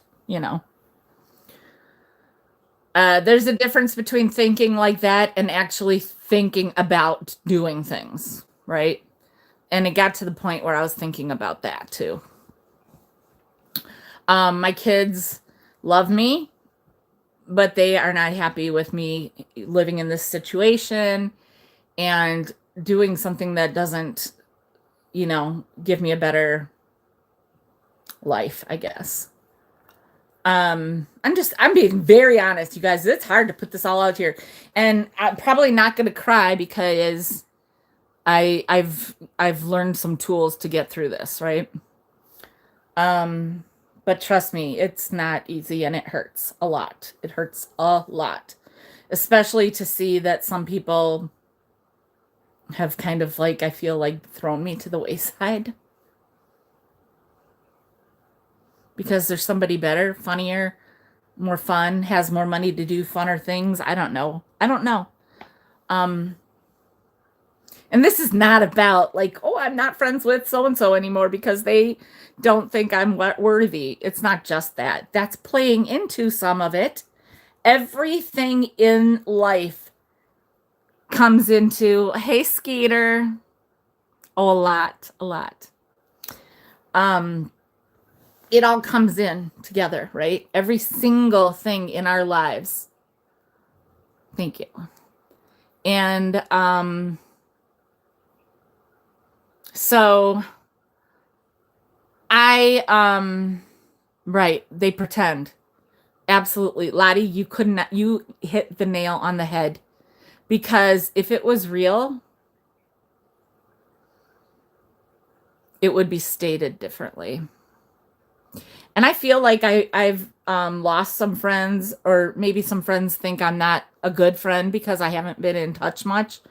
But I've been struggling with a lot. And I also struggle with, like, what do I bring to the table as a friend? Sometimes I do, and I know better. I know I'm an awesome human.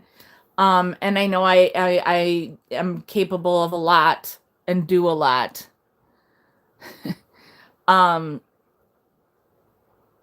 Yeah. And I think that's part of why I decided to get real honest here, because I know that this is a real thing for people. So, okay, so I talked to my doctor. I've got hypothyroid also. I've got the arthritis every flippin' where on my body. I'm going to see the spine specialist next Thursday, finally.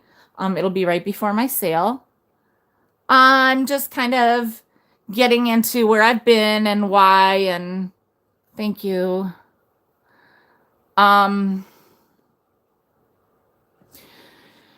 Yeah. So the thing is that, and the reason I'm telling you guys this all is because you guys are a huge part of my life. You're a huge part of my life. Some of you I am honestly friends with. I know that if I called or DM'd or whatever, I know that there are so many of you that would open your arms or your home or whatever to me. I know that. And I know some people are like, how can you do that? Why would you do that?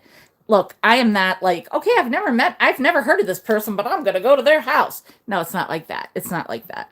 You all know better. You all know better.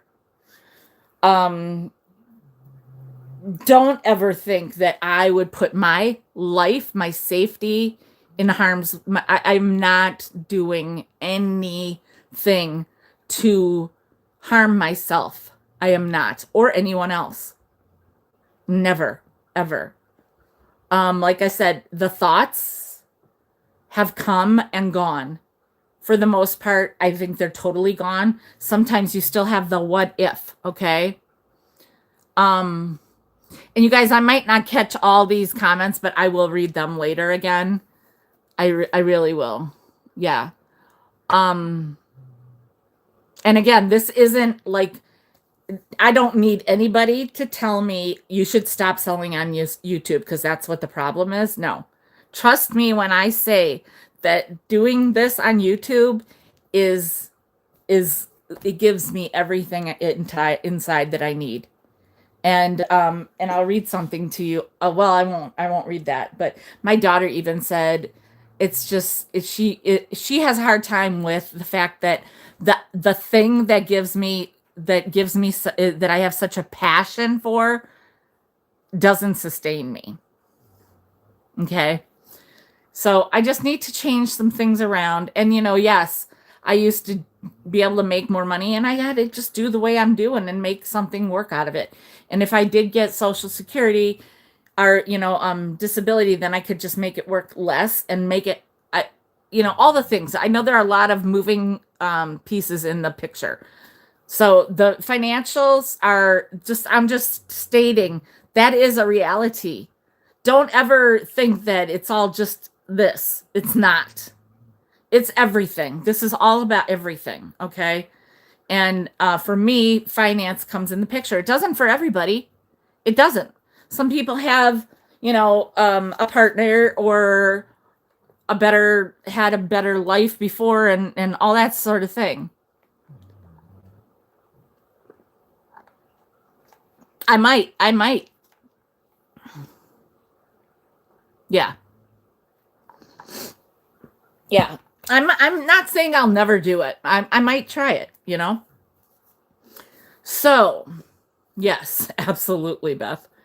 Thank you, Erin. Thanks all of you. So, I got to a point where, all my physical stuff, I know. Yeah. Oh yeah, and other stuff too, trust me. I got to the point where thanks, Skeeter. I knew that I needed to do more. I know that in my head, I think everything's all peachy keen. I'm fine. I know all the right words. I know all the terminology. I have gone through counseling here, there, and everywhere. I've done counseling in my life. Look, I'm not new to that. And I'm a talker. Hello. Have you just met me? I'm not the kind of person that you need to pull stuff out of. I'm the kind of person that you need to say, okay, stop. Our hour is up. So what it came to is that I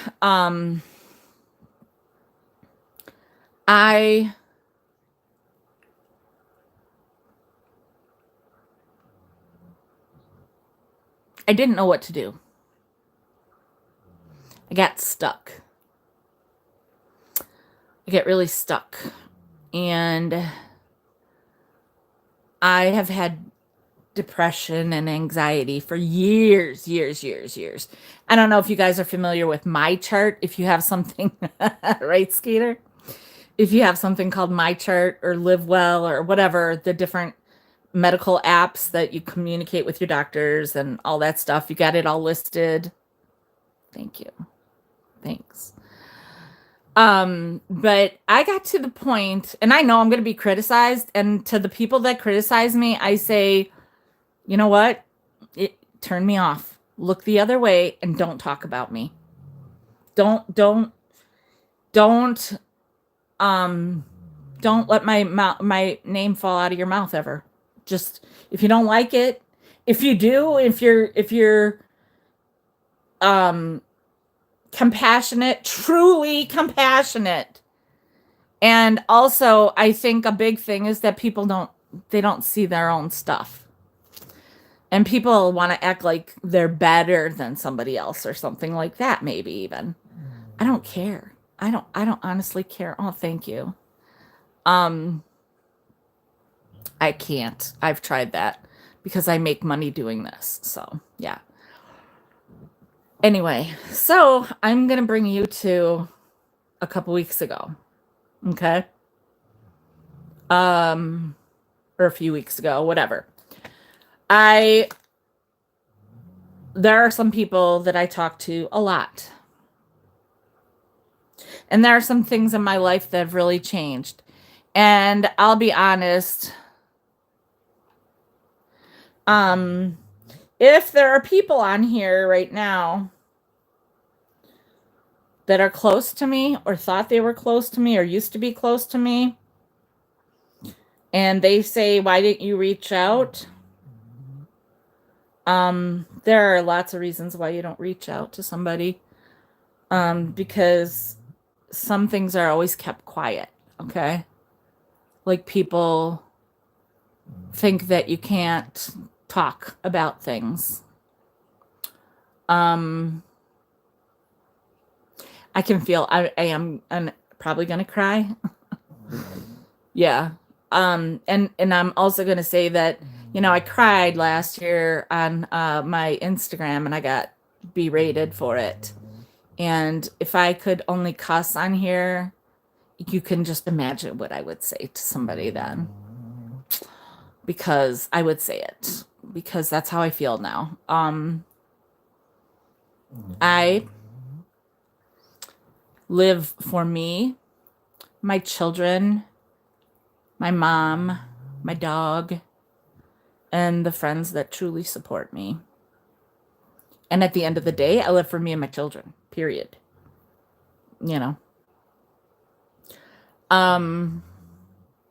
My big decisions in life don't count on what other YouTubers are doing. And it bugs the bejesus out of me when people keep things a secret. I'm not saying that we need to talk about all our medical BS every day on a live sale. I don't care for that. We've gone through that, been there, done that in the past. And that did become a big thing. To the point where it's like just, maybe DM each other and stuff like that. Or have you can make a chat group. You can make a support group within the group of you all if you ever wanted to do something like that. Because people will have something to say. People are awful.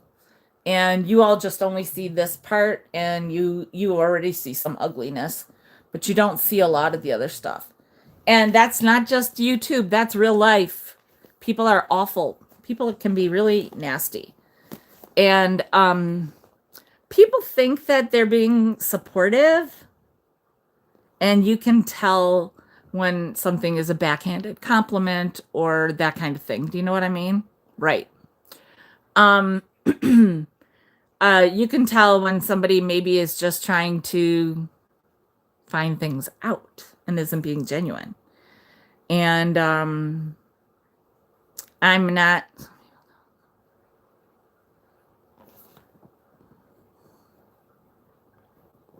Yeah. Yeah. Yeah. I mean, honestly, look now, I got 137 people watching. But and that's fine. If there's a handful of haters and they're like, "Oh, I can't wait till she's done and we can all talk about the dumb shit she said or whatever." Go ahead. Go ahead. and then call me for the numbers that you're going to need to fix some of your crap, because that's how I feel.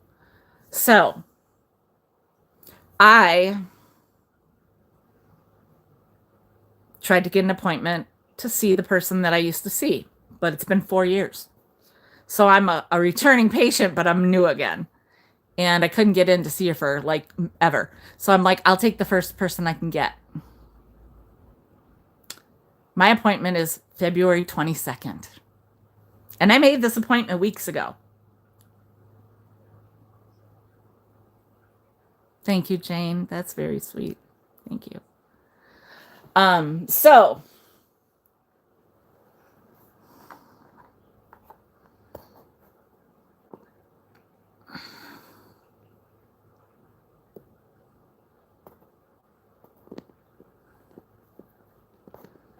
yeah. Yeah, 22nd, February 22nd. And I was like, I'll take it. I'll take it, right? But I said, so they ask you things, and I'm like, well, I've been told that if you have a tremendous need, and I felt that I did, that they have somebody temporary. So I met with this person. She was amazing. Amazing. I talked to her for an hour, and she was very easy to talk to. And I wish that she could have been my permanent person. But she does a group thing for 12 weeks that would carry me 3 months. Still not getting me to February, but okay. But it's once a week with 9 other people. 9 other people in 1 hour's time with me being the 10th. I'm not getting anywhere with that, right? So I said, can you maybe help me and tell me other options? So, you know what the options are? There's a program that she was telling me about. And you would go, well, anyhow, so I'll tell you, there were a few different options, okay? So I call, my insurance doesn't take the system that I was in. My insurance does not take the system I was in, so I go to another system, which is fine. And they say, okay, here's what we have. And I said, okay. And then they said, we'll do an on-call assessment. So we do this assessment.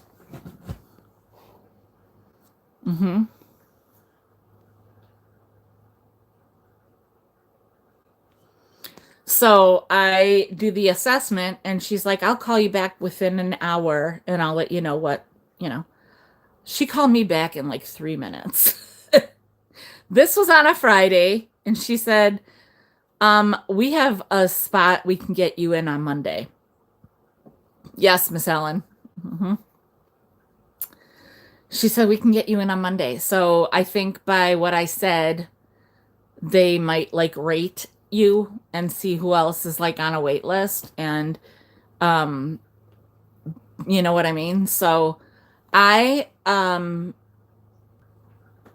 took part in a program that's called a partial hospitalization program. So now is the moment where the haters are going to say, oh, she finally checked herself into a mental hospital. Go ahead. Say what you want, think what you want. That's not how it works. Trust me when I say that I would have willingly become an inpatient somewhere, because it would have given me the opportunity to fully decompress. But I am not that bad off, so to speak.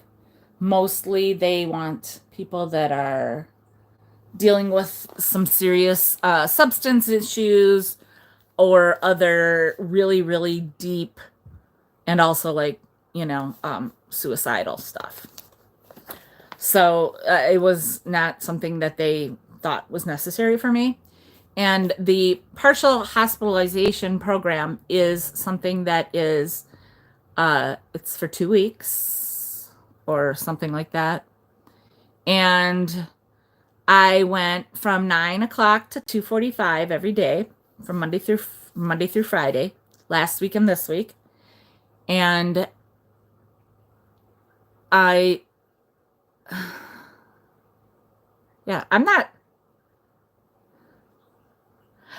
ashamed. I'm just addressing some of this stuff. Hi, Anna. Um,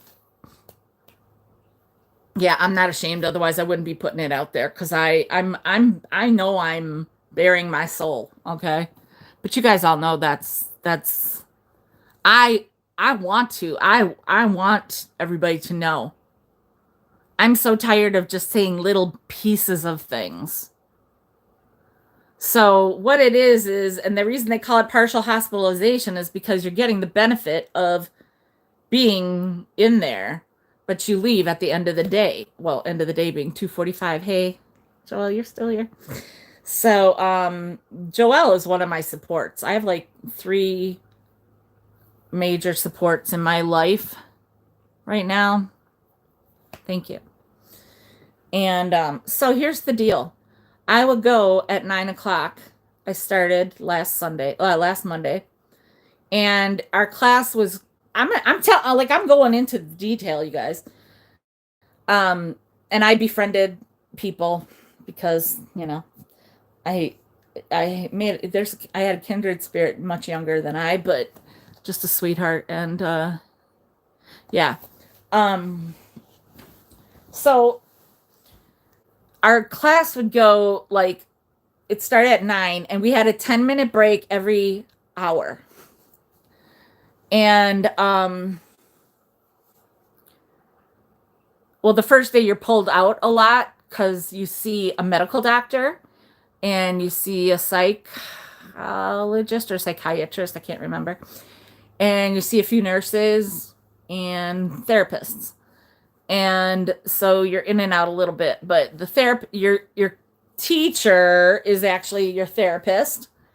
And each room had between 3 and 10 people, 4, 6, 8, something like that. Like 1, 2, 3, 4, 5, 6, 7, people most of the time or something. But they vary because depending on what day they started, right? So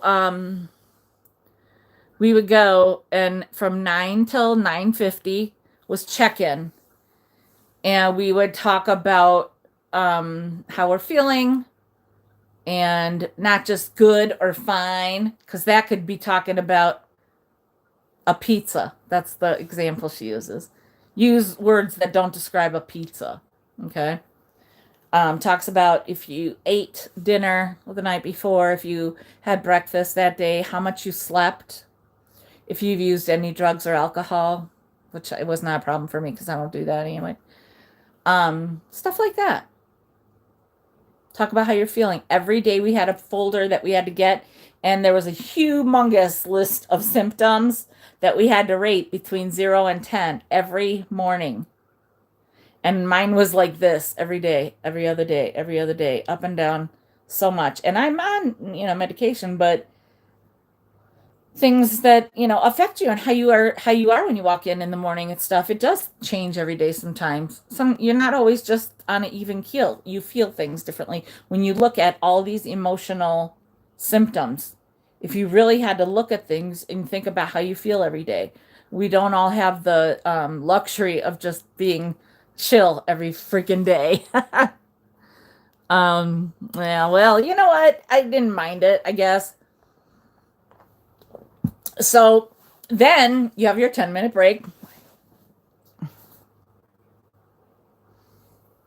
Thanks, Nancy. Nancy is a great support to me. I will say that too.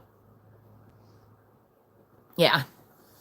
Um, so then from 10 to 10:50, it's our whatever we're talking about that day. It's like our subject.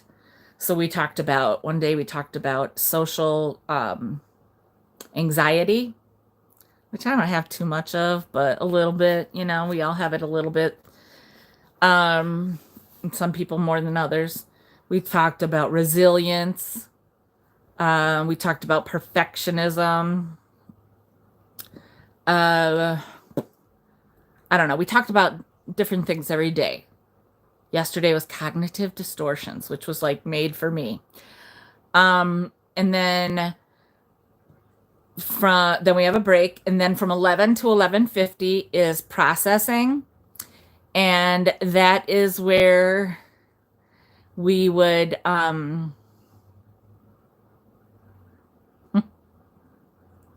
you want it, Melissa, for 20 bucks? It's $20. Are you sure?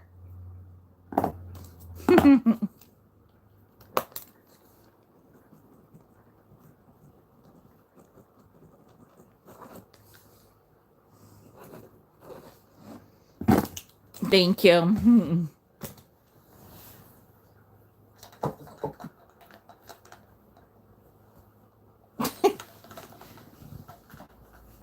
Sweet girl. Thank you. Thanks, Melissa. So the cup is still the little Debbie Toss France Starbucks is 18. So, okay, so then you can come over here if you want. Want to come over here? Huh? Come. Come here. Come. Come here. Bella. Bella. Come. Come. I'll give you a minute. So, oh, trust me. You want the little mug for 18? Gabby. Oh, trust me. Leanne, cognitive distortion is something that now is going to haunt me for the rest of my life. Gabby, are you saying you want that for 18? You are just a sweetheart.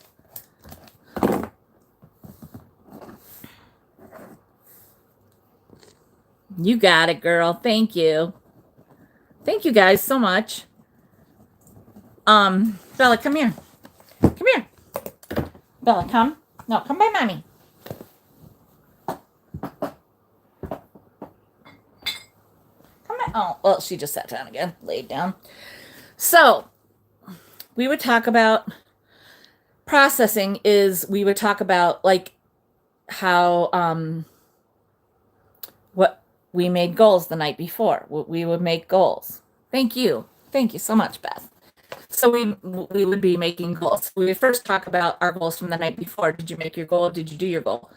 So that, like, I have to kind of jump it to start so that, like, you would know.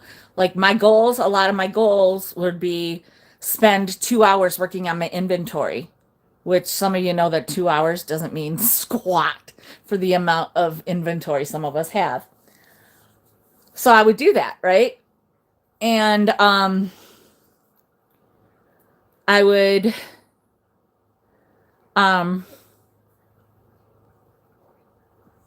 thank you. I would come and I would do that for 2 hours, and then I would like run if I had to go and deliver something, or I had a package I was working on. So certain things that were like my goals, right? And then my coping skills would be sometimes just to watch some TV, or to just one of my goals sometimes would even be to take a nap.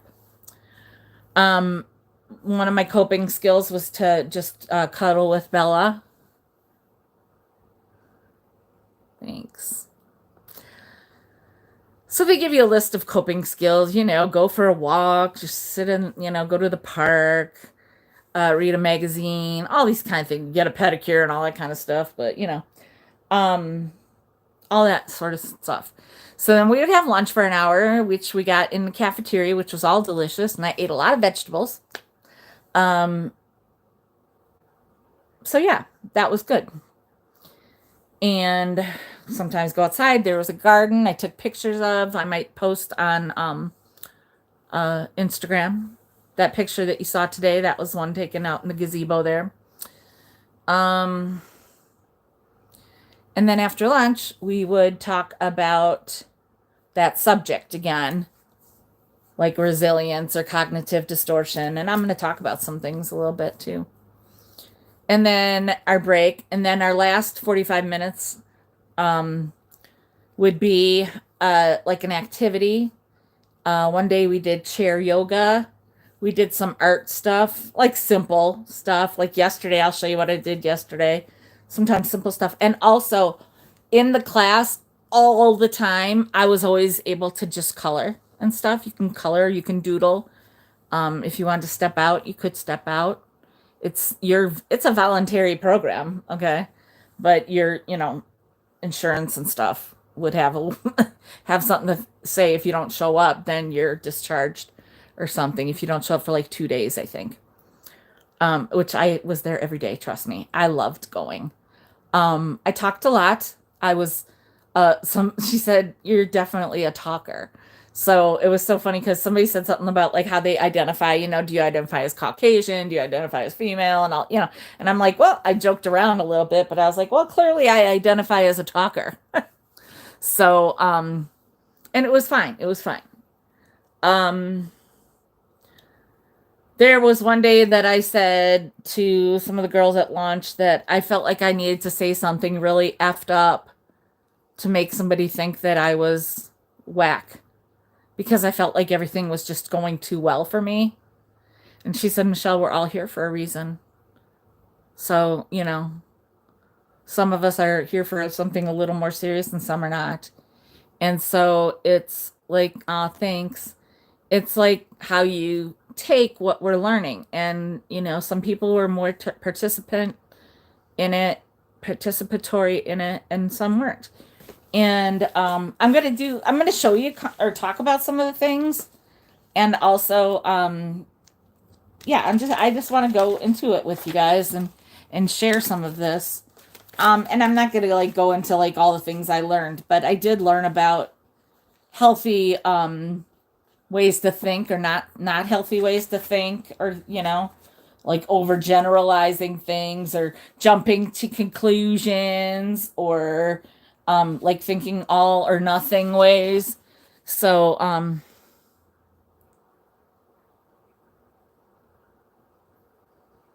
oh yeah, invisible disabilities. We didn't really talk about that, but yeah, that's a big thing. And so we never went deep. I also met with my psychiatrist every other day. I met with him for like 15 or 20 minutes every other day. Um, so yeah, and then he and my therapist would, like assess me, I guess, like throughout the whole thing. Yeah. So this is what I did at art time yesterday. It's a tiger. You got like a sheet like this. You could do puzzles or you could do other things, but it's all these stickers, numbers. So yeah, I made that. I could auction it off. And everything I did, I signed and dated because it's a part of what I did, right? Um, I I learned like ways with these cognitive distortions, they're irrational thoughts. That's what a cognitive distortion is. It's an irrational thought. And they influence our emotions, and everybody experiences them. So, to some degree, and sometimes it gets to the point where it's not good for you at all, right? So, yeah, we have to learn how to respond instead of react, things like that. Okay. Um, One of the things that we had to do is we had our entire stay, or we came and went every day, but we had to. I'm in Milwaukee. I'm in Milwaukee. um, uh, we had to write down 25 positive qualities about ourselves. You can see by looking at this list, it took me a long time because the ink, I did like 5, and then I did another 5, then I did like 7, then I did like 2, 2, and then the rest, 4. It's hard to do, hard to think of 25 positive qualities about yourself. And then my friend Joelle, Joelle Nadel, said, Michelle, what about the thing that your daughter gave you for your birthday? I don't know if I ever showed you guys this, but my daughter did this thing for my 56th birthday this year. Some of you know about it. And it said, Happy birthday, Mom. For your birthday this year, I wanted to do something special.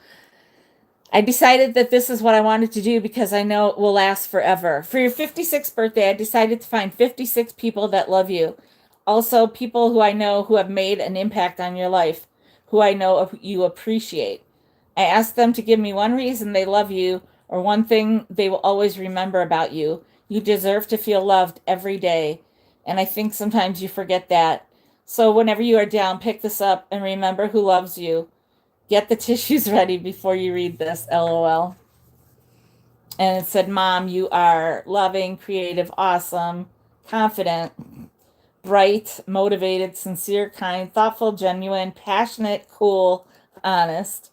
And there's just a picture of me, an older picture.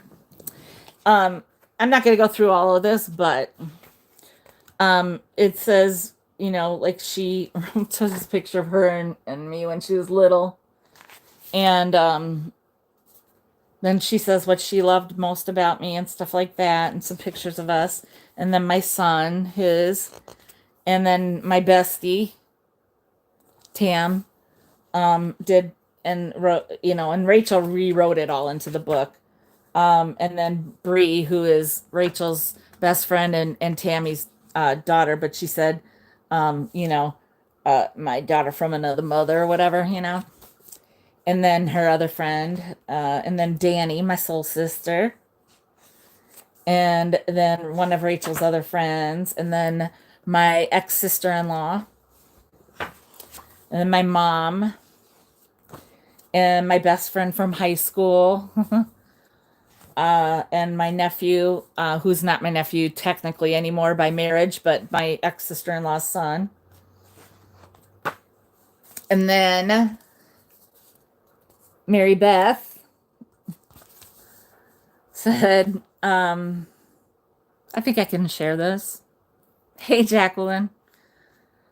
She said, Michelle, my favorite thing about you is your genuine love and happiness toward others. In one of the first videos I watched on your channel, you had received a jean jacket gift from a friend. I saw in that short video your appreciation, humility, and thankfulness shine through. I knew at that moment what a truly special person you are. Love you lots, Michelle. Mary Beth. And then Laura. Michelle is my 66th sister. I love her boho style. Love her love of vintage. And I love the way she wears her heart on her sleeve. We should have been born about 10 years before to be 10 years old. We should have been about 10 years old in 66, so we could have been full out peace sign wearing flower children together as teens. Anyway, I feel like we are kindred spirits. Imagine me throwing up my hat like Mary Tyler Moore and singing, "We're gonna make it after all." Love you much, Michelle. Laura. That was so sweet. Then another friend of mine, and then Nettie. I enjoy watching Michelle because of her bright and positive attitude, and she is so real. She is so good at interacting with her viewers and becoming friends with them, and I love that the most. Happy birthday, Michelle. With love, Nettie. Thank you. And then a friend from high school, and then Joelle said, Michelle has the biggest heart. She makes me laugh. She is honest. She is real. I feel as if I have known her forever. So much love for you and wishing you the happiest of birthdays. Love, Joelle. So, then there's Gabby. My favorite thing about Michelle is that she is such a happy person. She always tries to make everyone around her happy, and it never goes unseen. Gabby. So, yeah. You know, somebody I used to work with, and a friend from all my, like, since I was in junior high, and then another friend who I used to work with, and my friend Rob, the comedian, and another lifetime friend. Oh my God, you guys, look, that's me at my wedding. Look at me at my wedding. And that, funny enough, is my first love. Her brother, my first love that I still know. But not who I married. And some other friends and pictures. Oh, I never got this one updated. Jamie didn't send it, I guess. But and then Bo said coming soon, but there's a picture of me and Bo. And then Brody said, Brody, who is Jamie's son. I love you too. Brody said, or Jamie said, Brody was watching your live sale, and without knowing it was you, he said, "Is that Michelle?" LOL. Brody said, "I like Michelle. She's so colorful." I love that. I love that so much. And then another friend, Jermaine. He said, "Thanks for being awesome and always so happy." Look, there's me and Jermaine. You guys know, you remember Jermaine. Oh, Gia. Oh, yeah, Gia. Michelle has such a big heart and always wears it on her sleeve. She is genuine and loves to laugh. Though I have never met her face to face, I will always consider her a friend. Much love on your special day, love, Gia. Another friend. Some other friends. And then she did a page with Bella. And she says, Bella loves you most. And it says, thanks for rescuing me and loving me more than anyone ever has or ever will, Bella Bear.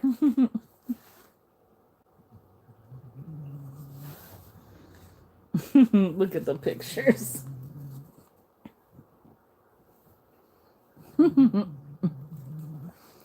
She's snoring now. And then, oh, my old neighbor. Oh, here's one from Erin. Michelle, what can I say about Michelle? She's my hype girl, my kindred spirit. I love when she sings out random songs because I'm on the other side of the screen singing the same songs. I want to road trip with her, blast the tunes, and drive the open roads.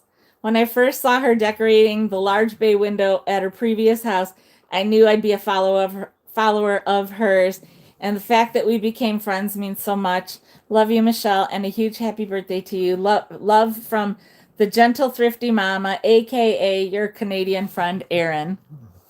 And that means so much to me because, look, Erin was one of the first people I ever watched, and I can say that we are friends. That's crazy. That's awesome. And then another friend of mine, another friend. Oh, this is from Rachel, Superior Girl Vintage. First thing I notice about, and notice and think about you is how resilient you are. Oh my gosh, that's great. Even though life has brought some struggles, you never give up. I appreciate the fighter in you. I appreciate you remain soft, even though you could easily go the opposite direction. I appreciate your honesty about the struggles because I know it has others to not feel so alone in theirs. You wear your heart on your sleeve and should never change that for anyone. It's a part of who you are, the very real part I love most. Love your sissy from the UP, because I call her my little sis. That's so sweet. I didn't know she was, I mean, I didn't remember that was there. And that's another friend of mine and her daughter. And what is this one? Oh, this is from Sugar Britches.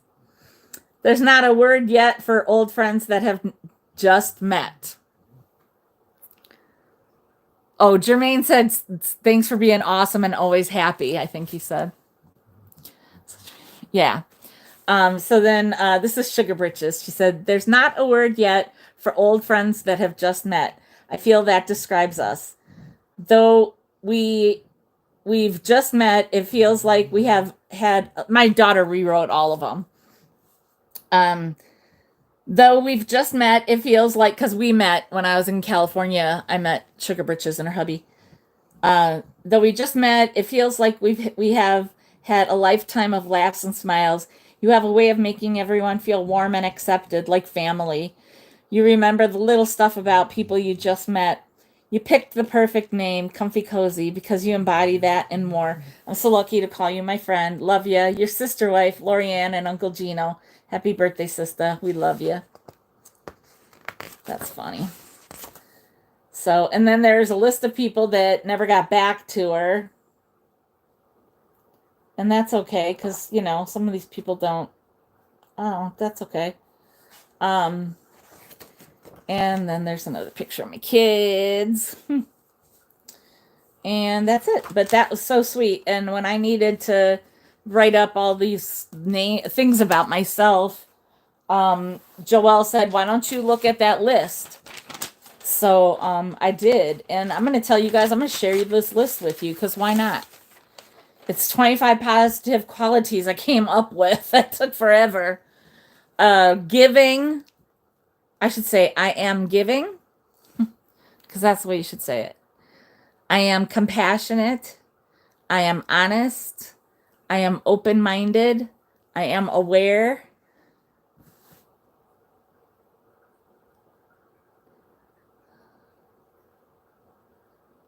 Oh, thank you.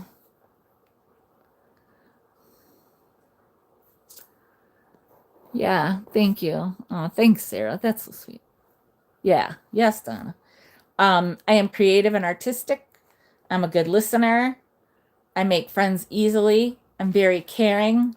I'm funny.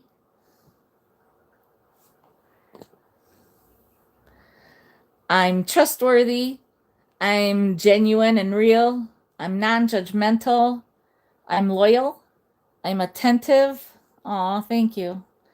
I'm a good communicator. I'm loving. I'm detail oriented. I'm thoughtful and considerate. I'm intuitive. I'm empathetic. I'm appreciative. I'm humble. I'm thankful. And I'm supportive. And you guys don't even know how hard that was to come up with. Like, literally, like, I'd be sitting there like, oh my God, this is the hardest thing I've ever had to do. So now I'm going to share with you some of the art that I did myself. And when I say art, it's just the stuff I colored. So, you know, look at it any way you want to. It doesn't matter to me. So they gave me this sheet, so I did this one. The first day I did with colored pencils. So sometimes I need to be alone with my music. Ah, that was okay with me. I love it. Oh, thank you.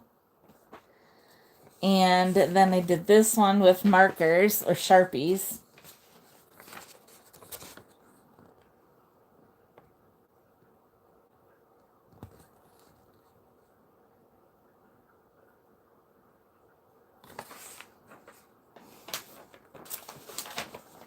And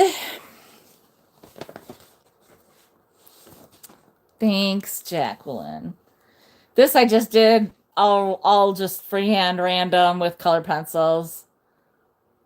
You know, I just started and just kind of went with it, whatever.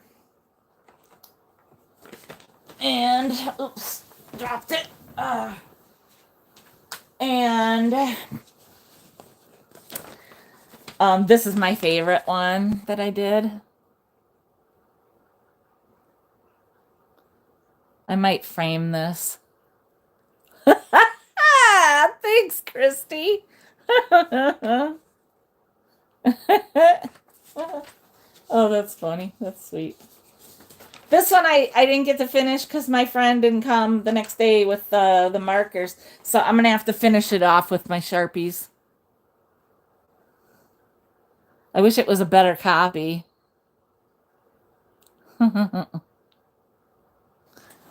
And yeah, then yesterday we did this. I did this thingy. That's kind of cool. I thought it was fun. And yesterday I did this one too.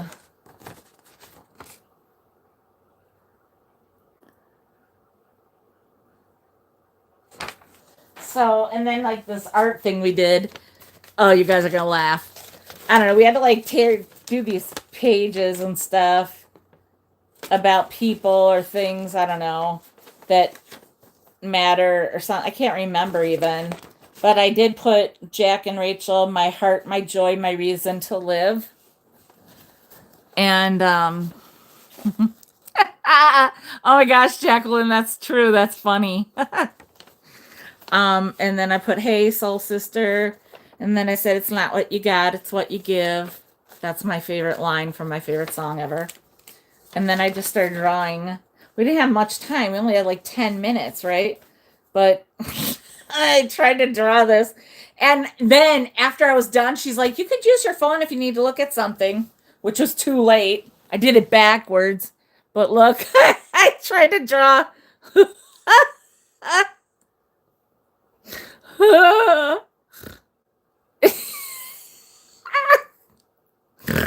It's just dying. I'm dying. It's just so bad.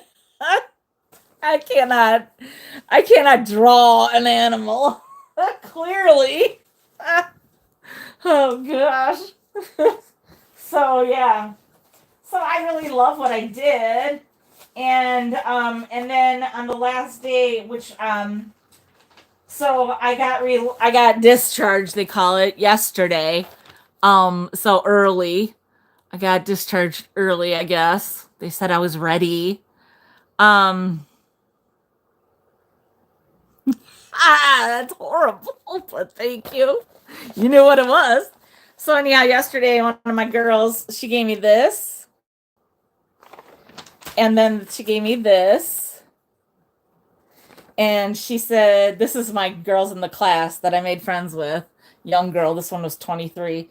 She said, "You are sweet, kind, and creative. There is no one like you. That's why I did a snowflake." She said, "You're going to do amazing. Maybe we'll be an IOP together," which I'll tell you about. That would be fun. "Don't let the change push you back. Use it to push you forward. You have come so far from when you started, and I consider you a friend. I'm only a text away. We should do something together. P.S. Both are Mandelas because you like them so much." I'm not going to give out names or anything, but, that meant a lot to me. And I'm not going to really go over like any of the stuff I did more than that. But I will tell you that I got a letter from my psychiatrist saying that I need to have an emotional support animal. So I got that taken care of. And then I talked to him because I don't know if Beth is on here, Dragonfly Attic. And I haven't talked to her. I haven't talked to a lot of people because it's been a lot, okay? Because I would come home and I would try to work on stuff. And you would think I would have cleaned it all up, but it's still horrible. It's a lot. But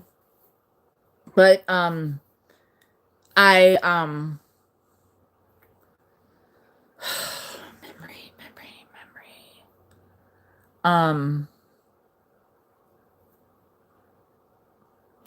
So I talked to my psychiatrist because Beth, the from thanks. Yeah. I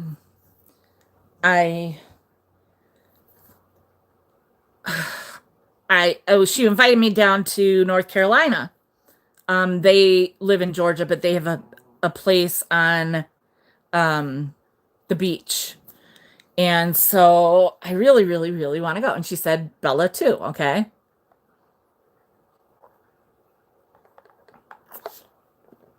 Oh, thank you. Thanks, Jane. Bye, Mike. So I felt like a lot of things about going. Like I do not have I maybe don't have the money to be doing that, I would like to be able to, go thrifting when we're there, chill out, eat, obviously. And we're gonna get a tattoo. She's getting a tattoo, and she made an appointment for me too, because I really do want one too. And just chill. Not a ton of stuff, but still, it all costs money, So I'm like, oh God, and I haven't had a sale. And this wasn't a very long sale at all, but thank you for selling out. I don't know how much I made, but it's, I mean, I'm not saying anything about that, but I'm just saying the reality of it is that going to North Carolina will cost me money. And I know that. And then I'm like, okay, well, I need to save to get an apartment. But being somewhere else for a week, and all that, my doctor said it would be very therapeutic for me. And I was even thinking that on the way there, I'd be able to go see my sister-in-law and them because I'll have Bella, so I can't be going just anywhere. And on the way back, I would love to go buy sugar britches, but again, I'm gonna have Bella, so I don't know how, I just don't know. Uh, you can't just invite yourself into somebody's house with your dog. But they, so I do want to go there at some point, but I don't know if going there on the way home is a possibility or not. So it's just a lot because it's a long drive, but I feel like I need to stop, along the way. And I don't have a problem like pulling over and sleeping in a rest area for the night. I will do that instead of going to a hotel, trust me. Um, so I am gonna do it. I'm gonna make it happen. Because I need it. And I know that people will say, well, like just like last year, why did you shouldn't have gone to California. Why did you go to California? I stayed at Joelle's house. I stayed at Jamie's aunt's house. I stayed at people's houses. I never paid for a hotel. I had to live and eat the whole way, right? Amen, Skeeter. And I just keep thinking about sitting at the ocean. Oh my God.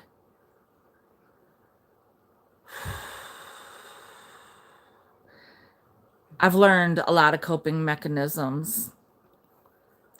And a lot of times, oh, thank you, Claire. You're such a dear sweetheart. Thank you. Um, it's a lot to think about, like doing something that, yeah. I mean, and I live right on Lake Michigan. I could just drive down there, and I almost did. I might even do it tomorrow. Um, but then you come home. um, but sometimes it's hard to reason it. Okay, like, should I really be going? Right? I'm sure some people are thinking that. Like, she doesn't even live in her own place. How is she gonna go visit somebody in North Carolina, right? And people were saying that last year. Like, how'd you go to California? What? Don't you have to get out of where you're living and yada yada yada? Yes, yes, yes, yes, yeah, whatever. Okay. Because the truth of the matter is, if you don't do some of the things, if you don't do some of the things, yeah. Um, if you don't do some of those things, you are gonna lose your way. And well, some people say, yeah, I talk to people. I don't, sitting in a room and talking to somebody all the time doesn't always help. It's doing. It's thinking about how you like the things I learned this last week and a half. Yeah, the things I learned this last week and a half. It's not just on how I Right. It's not just how I talk to people or act with people. It's me realizing all the ways that people have talked to me too. Mm-hmm. Oh, you sweetheart. Amy. Oh. Thank you. Oh my gosh, you are such an angel. Thank you.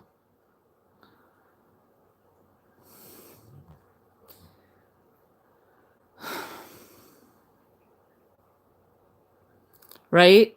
Jody. I mean, it's, yeah. So that's what I'm going to try to do. And that's one of the reasons that I popped on today. I was like, you know what? I'm not ready for it because, oh yeah, I know Emancipation, Michelle, I don't think is here right now, but oh yeah, the new season of Survivor started. So of course I have to watch that with Dave, Jill's boyfriend. And also he got me watching The Amazing Race because it's on right after that. So okay, fine. So, I didn't like last night. I was just coping. That's what we call coping skills. Just watching TV, chilling, not thinking about anything. And so then when I got up this morning, I was like, I know I have a box of some stuff. I got ideas. I've had ideas for years. So I'm not sure yet. Um, so yeah, right, Leah? Hey, Will, what's up, Will? How you doing? So yeah, if anybody is I don't know the way I'm gonna go yet exactly, but from Milwaukee to Oak Island, North Carolina, that's where I'm gonna go. So I'm pretty sure I'm gonna get in touch with my sister-in-law, my ex-sister-in-law, and I'm gonna be in Ohio in Newark, probably. I'll be going there to see her and stay what I'm thinking is the weekend. And Nancy, if Nancy is here still, I'm going to be counting on Nancy to help me out and man my booth so I can leave early and just be gone for the weekend too. So, yeah. Yes, I know, girl. Like, are you available tomorrow? Jacqueline. And Lori, if you're here next week would work sometime. When I checked out or whatever, not checked out, but oh, that's a good idea, but I got ideas, I'm not sure yet. Thank you though. That's a good idea though. Oh, really? Yeah, that's where I'm going to be going. My bucket list includes you, sweetheart. Yeah. Thanks, Nancy. Nancy can sit in my chair and she can do both of our booths easy. Yes. Stop it. Your aunt lives there? Get out of here. You DM me what her name is. That's so funny. I mean, I've been there so many times. So my sister-in-law and them. Yes, tomorrow. Okay. Yeah. Yes. Yeah. Yep. I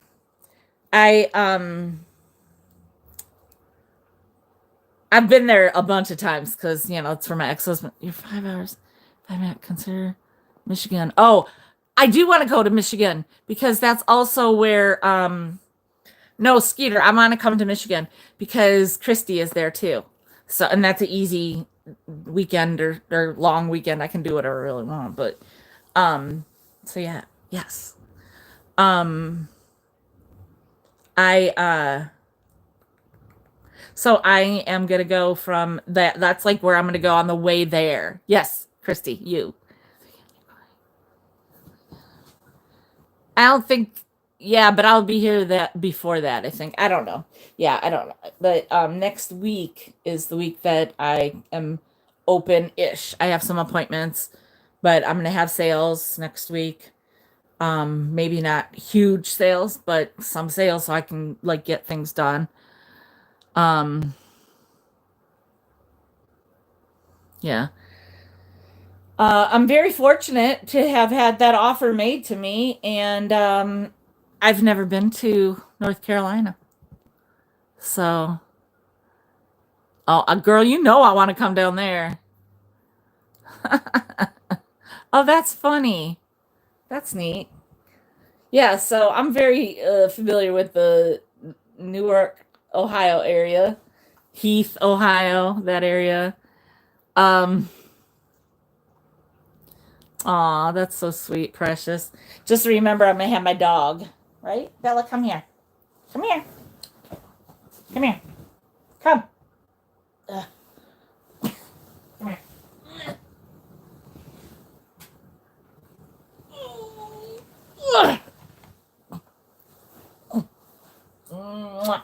Say hi.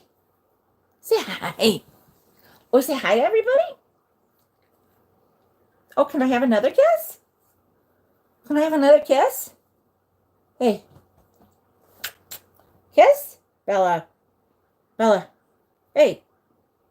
She's right here, and she acts like she doesn't hear me. Can I have another kiss? Hey. Ooh. Kiss? What's wrong with you? What's wrong with you? I just want kisses. I just want kisses. She feels like I'm holding her up, so then she doesn't feel stable. Look at everybody. Say hi. She's so soft and smushy. Aren't you? Aren't you soft and smushy? Aren't you? See, look at her. Aw. You can go. So,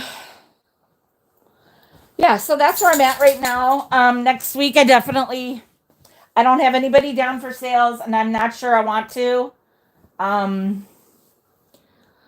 So, yeah, I need to start working on going to my trip to North Carolina, and that's what I'm going to work on. So yeah, does anybody have any questions? I know that sounds so weird, but if anybody has any questions, I'm happy to answer. That's what I do. That's one of my coping skills. Yep. But yeah, so I was in a partial hospitalization program. Where I went to for mental health, basically because we take a lot of time to deal with our physical health, but we don't take time to deal with our mental health. And so I did. And I would go. I am leaving, I think, well, like a week, 2 week, no, a week. Wait, what is it? What are the dates? Thank you. Like a week from tomorrow, maybe? I think. I don't even know. I think a week from tomorrow. Possibly. I have to look at a calendar. And also, so then I'll be gone. So next week I have to get stuff done here and have some sales. And then I'll be gone for a week-ish. And then, yeah, so then, yeah, I'll be gone for like a week and a half if I leave Friday or whatever.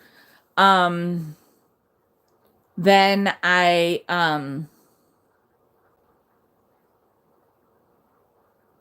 then I'm going into another program where I will go for 3 hours a day.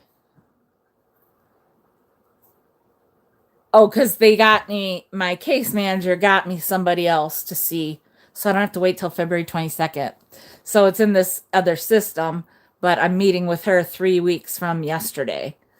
And so get out! Where?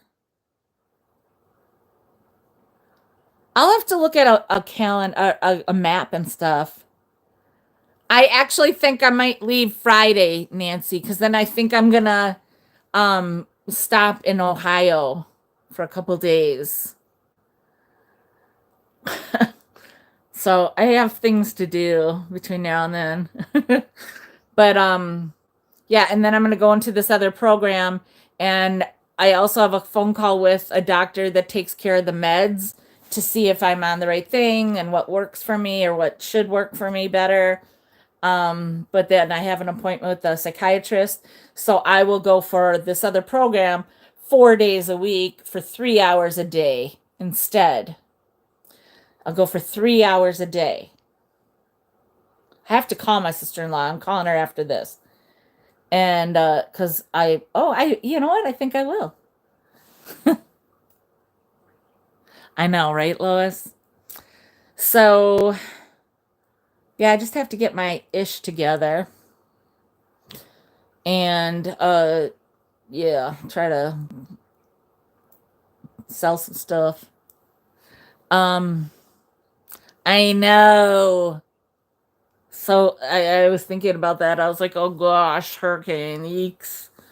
Um, so what else was I gonna say? Yeah, so then that program that I'll go into afterward is 3 hours a day for 4 days a week, and then on the fifth day, whatever day, then I get to see a psychiatrist. Or, so that every day I'm doing something. And I think that is for I forget how many weeks that is for. And then I'll just end up being like an individual, like one-on-one with my psychiatrist or whatever. So that'll help me. But I'm not in a way that a lot of people are really, really bad off. But it'll we like at the thing I was in, we didn't get to go deep. We didn't get to what they call trauma, which is basically it could be just relationship issues, or it could be, a substance abuse, domestic abuse, whatever. So, so when I go to that, then I'll be able to talk about some of the things in my life or in my past that are still haunting me. I've been having, yeah, basically, yeah. Well, like, so the thing that I was just in, and I got dismissed or discharged yesterday instead of tomorrow because I was doing so well. They said I was ready. Um, that was group therapy basically because you're in this group and we do all these different, it's like class. It's like a class to me, but and I'm a talker, so I always participate and I took a lot of notes and stuff like that. Um, well, no, I'm really glad. I'm really glad, and I hope that it honestly, like, please text me. I mean, email me if you guys want any information or have questions about things that we talked about. Um, oh, yeah, yeah, yep. I drink my lemonade. um, so yeah, I'm developing like some habits again because you get out of the habit of things when you're in a different setting. So I was going to bed every day by 11 o'clock, and like I'd go to bed earlier than that, and then I do a little bit of my oh, okay, well, maybe, you never know, right? um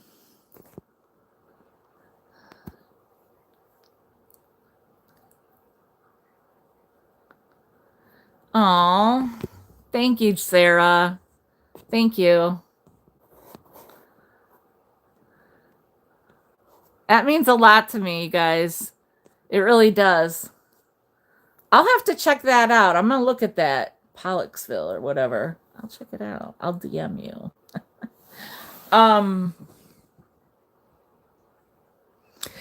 So yeah. So then, like the group that I've been in, like, and I met some people that I'm actually gonna see the one girl Saturday. Um. And um. Yeah. So I feel like we didn't get to go deep, right? Yeah. We didn't get to go deep on some stuff, right? Because you're there with other people, and that's where you go with one when you do your one-on-one. So some of the stuff, because I've been having night terrors, like I'm screaming out and stuff that happened to me as a child. I thought was okay, that I was okay with everything and dealt with things, but clearly I'm having night terrors. I actually had two in one night. That was horrible night of sleep. I can tell you that. I told Jill, next time you hear me screaming, like bloody murder, wake my ass up. And so yeah, so there's a lot. Um and people need to not be so cynical or skeptical or judgmental when it comes to our mental health, because mental health does not equal crazy. And I hate that that's the stigma. There's such a stigma. People that think they're so like, that's the thing, is the it's the ugly people that put a like a stain on it, and make it something that it's not.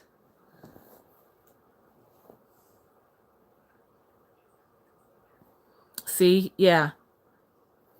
And it sucks because if you don't get a good night of sleep, that affects your entire life. And I'm not telling you anything you don't know, sister. You know. And it's not that I want you all to be sitting there like Lois said, nodding your head. I pray that you all out there don't have that, you can't relate at all. I wish that you all could not relate at all, because I wouldn't wish this stuff on people. But the truth of the matter is that there are more people dealing with stuff. Well, people, because the world, it's a lot of, it's society, it's the world we live in. Amen. If people would realize that there are so many people that are dealing with some mental illness. But if you say mental illness, it gets taken in a way that people equate to, crazy, or, like, it doesn't mean that look, there are people out there that hallucinate, or that are, um, what's the word? Oh my gosh, what's the word? Schizophrenic. Yeah, there are people. That's not, you know. Yes, right, Mike? So, judgment is ugly. And people, and oh, we had this yesterday in my last day. They were talking about people that say you should, or you need to, or if you had just done blah de blah. Amen. A freaking men. I wish I could hug you right now, Jody. Um, but yeah, people, they think they know what mental illness looks like, but they don't. You want to know what mental illness looks like? Most of us could just look in a mirror or look at the next person you see. Right. It's just like a lot of the fibro is an invisible illness. I deal with that all the time.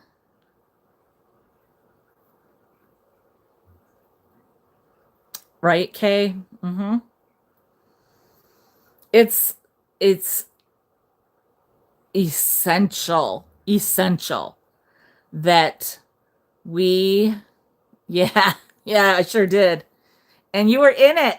You were in it, you lovely being. Look, because I talked about my book that Rachel made for my birthday. Oh, gosh, it opened up right to you.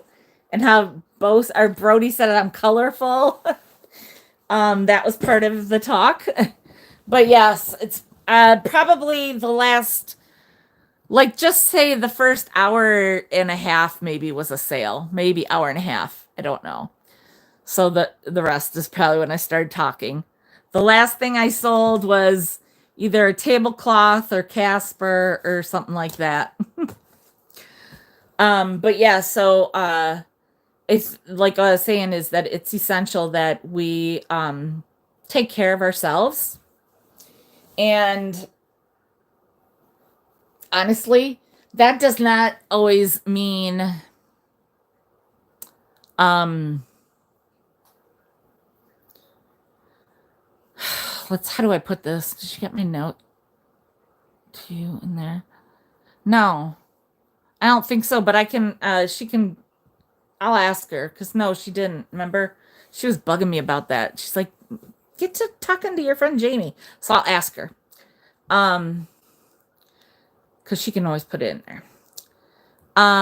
But I think that it's I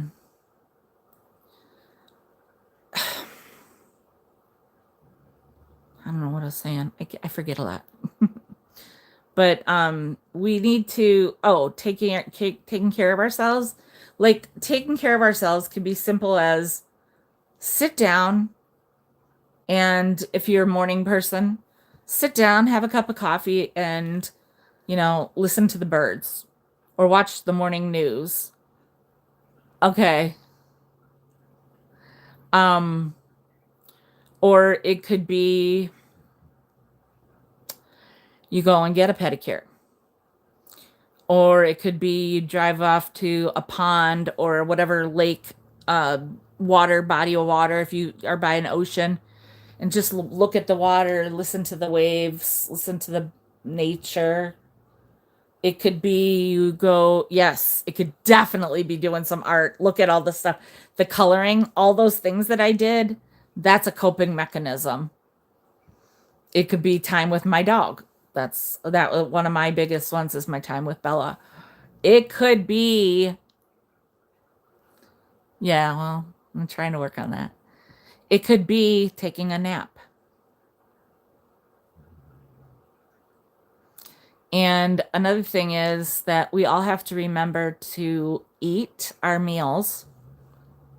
Like not, I mean, even if it's your Belvita in the morning, some snack crackers or whatever, or a bowl of cereal. It doesn't always have to be bacon, eggs, toast. It doesn't always have to be like a big old to do.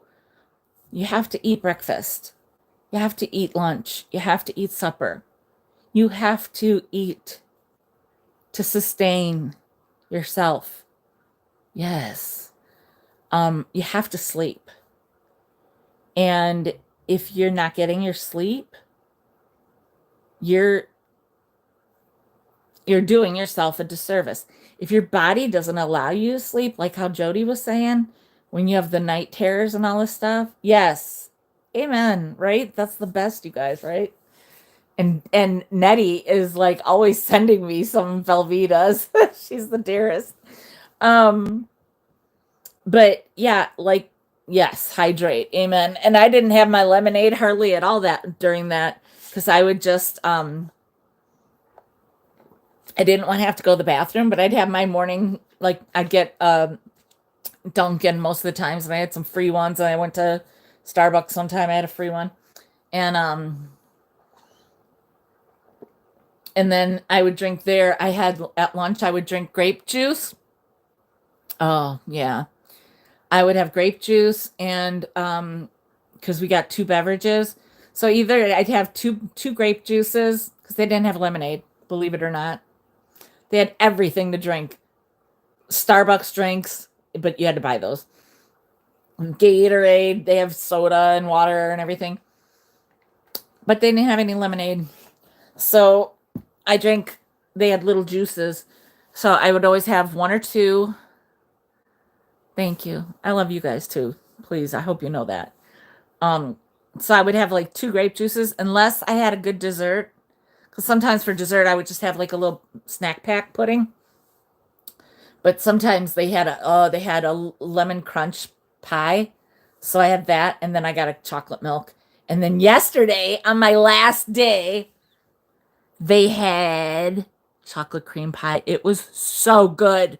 Oh, it was so good. It like melted in my mouth. Oh, so yeah, I've been getting my calcium. I've been eating so many vegetables, but you have to sleep. So oh yeah. So one night, yes, I love grape juice. So one night I watched TV and we watched Dahmer on Netflix. And she's like, yeah, I don't know if that's the best one to watch because we've lived it. We live here. I was living here. I was an adult when that stuff happened. Well, I was a older teen slash adult age when all this started coming to, you know. I mean, the Dahmer stuff is real. I like, and it's horrid. And we all have met somebody. Mm-hmm. Yum. Um, that's good that he doesn't remember it, though. That's better for him, to be honest. Um, but yeah, I don't watch the news and stuff. We don't, Jill and I both were like, nope, we'll live in a bubble. Thank you very much. I'm happy to live in a bubble. Um, right. Oh, yeah, yeah. Yeah, so I haven't had bad night terrors. I've had them, though. I've had them. They're not constant, but they're happening, and the subject matter is disturbing and what I need to deal with because I can't shake it and I want to. Like I'm going to ask about hypnosis even cuz I can't I want this like I want this thing out of my head. And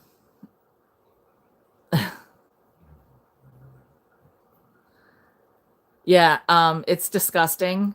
And you know, it happened here in Milwaukee, so like I said, I mean, I know somebody that knew some one of the victims and stuff like that. It's hard when you hear that. So I miss Bo, my little Bo, my Brody and Bo. They're the best. Um, so yeah, in real life it was horrid. But yeah, to know somebody that knew somebody is horrid. It's horrid. And you can't get that, like, it's never gonna go away, you know? It's never gonna go away. I had somebody say, "Can you take me by where Dahmer lived?" And I'm like, no, I'm not gonna do that. I don't want to. I've never gone myself. I just, no need to. No need. You don't want to glorify something like that, you know? No. So she said that was probably not what I want you to be watching, but eh. So, so now I watched Survivor and Amazing Race yesterday, and we don't watch a lot. Like we watch other stuff. In the dark, I finished watching that now. So, oh wait, mm-hmm. Many of us knew somebody who was directly affected. My good friend has never recovered to what happened to her brother. Oh, oh God, was it Tony Hughes? Oh, because he was so sweet. Oh, pulling the fridge out. Yeah, on the dolly. Yeah. The worst thing, the worst, I mean, it's all horrible, but the very worst is when the cops released that child back into Dahmer's custody. That's the absolute worst. Like, it makes me sick to my stomach to have been a Milwaukeean for so much of my life and that people will, like, you know, connect that to that. Oh, so badly. Right. It was horrible. It's disgusting. Disgusting. And we also had the whole oh, the ending of In the Dark pissed me off, Lois. Cause, you know, I loved a certain character and I did not like the way that ended. The very ending, I didn't give a crap about them driving, whatever. At that point, because at the second last one or whatever, pissed me off. Sorry. Sorry, YouTube. Um and what was the other thing I was gonna say? Um I don't know. It's okay. Doesn't matter. Right. So, yeah.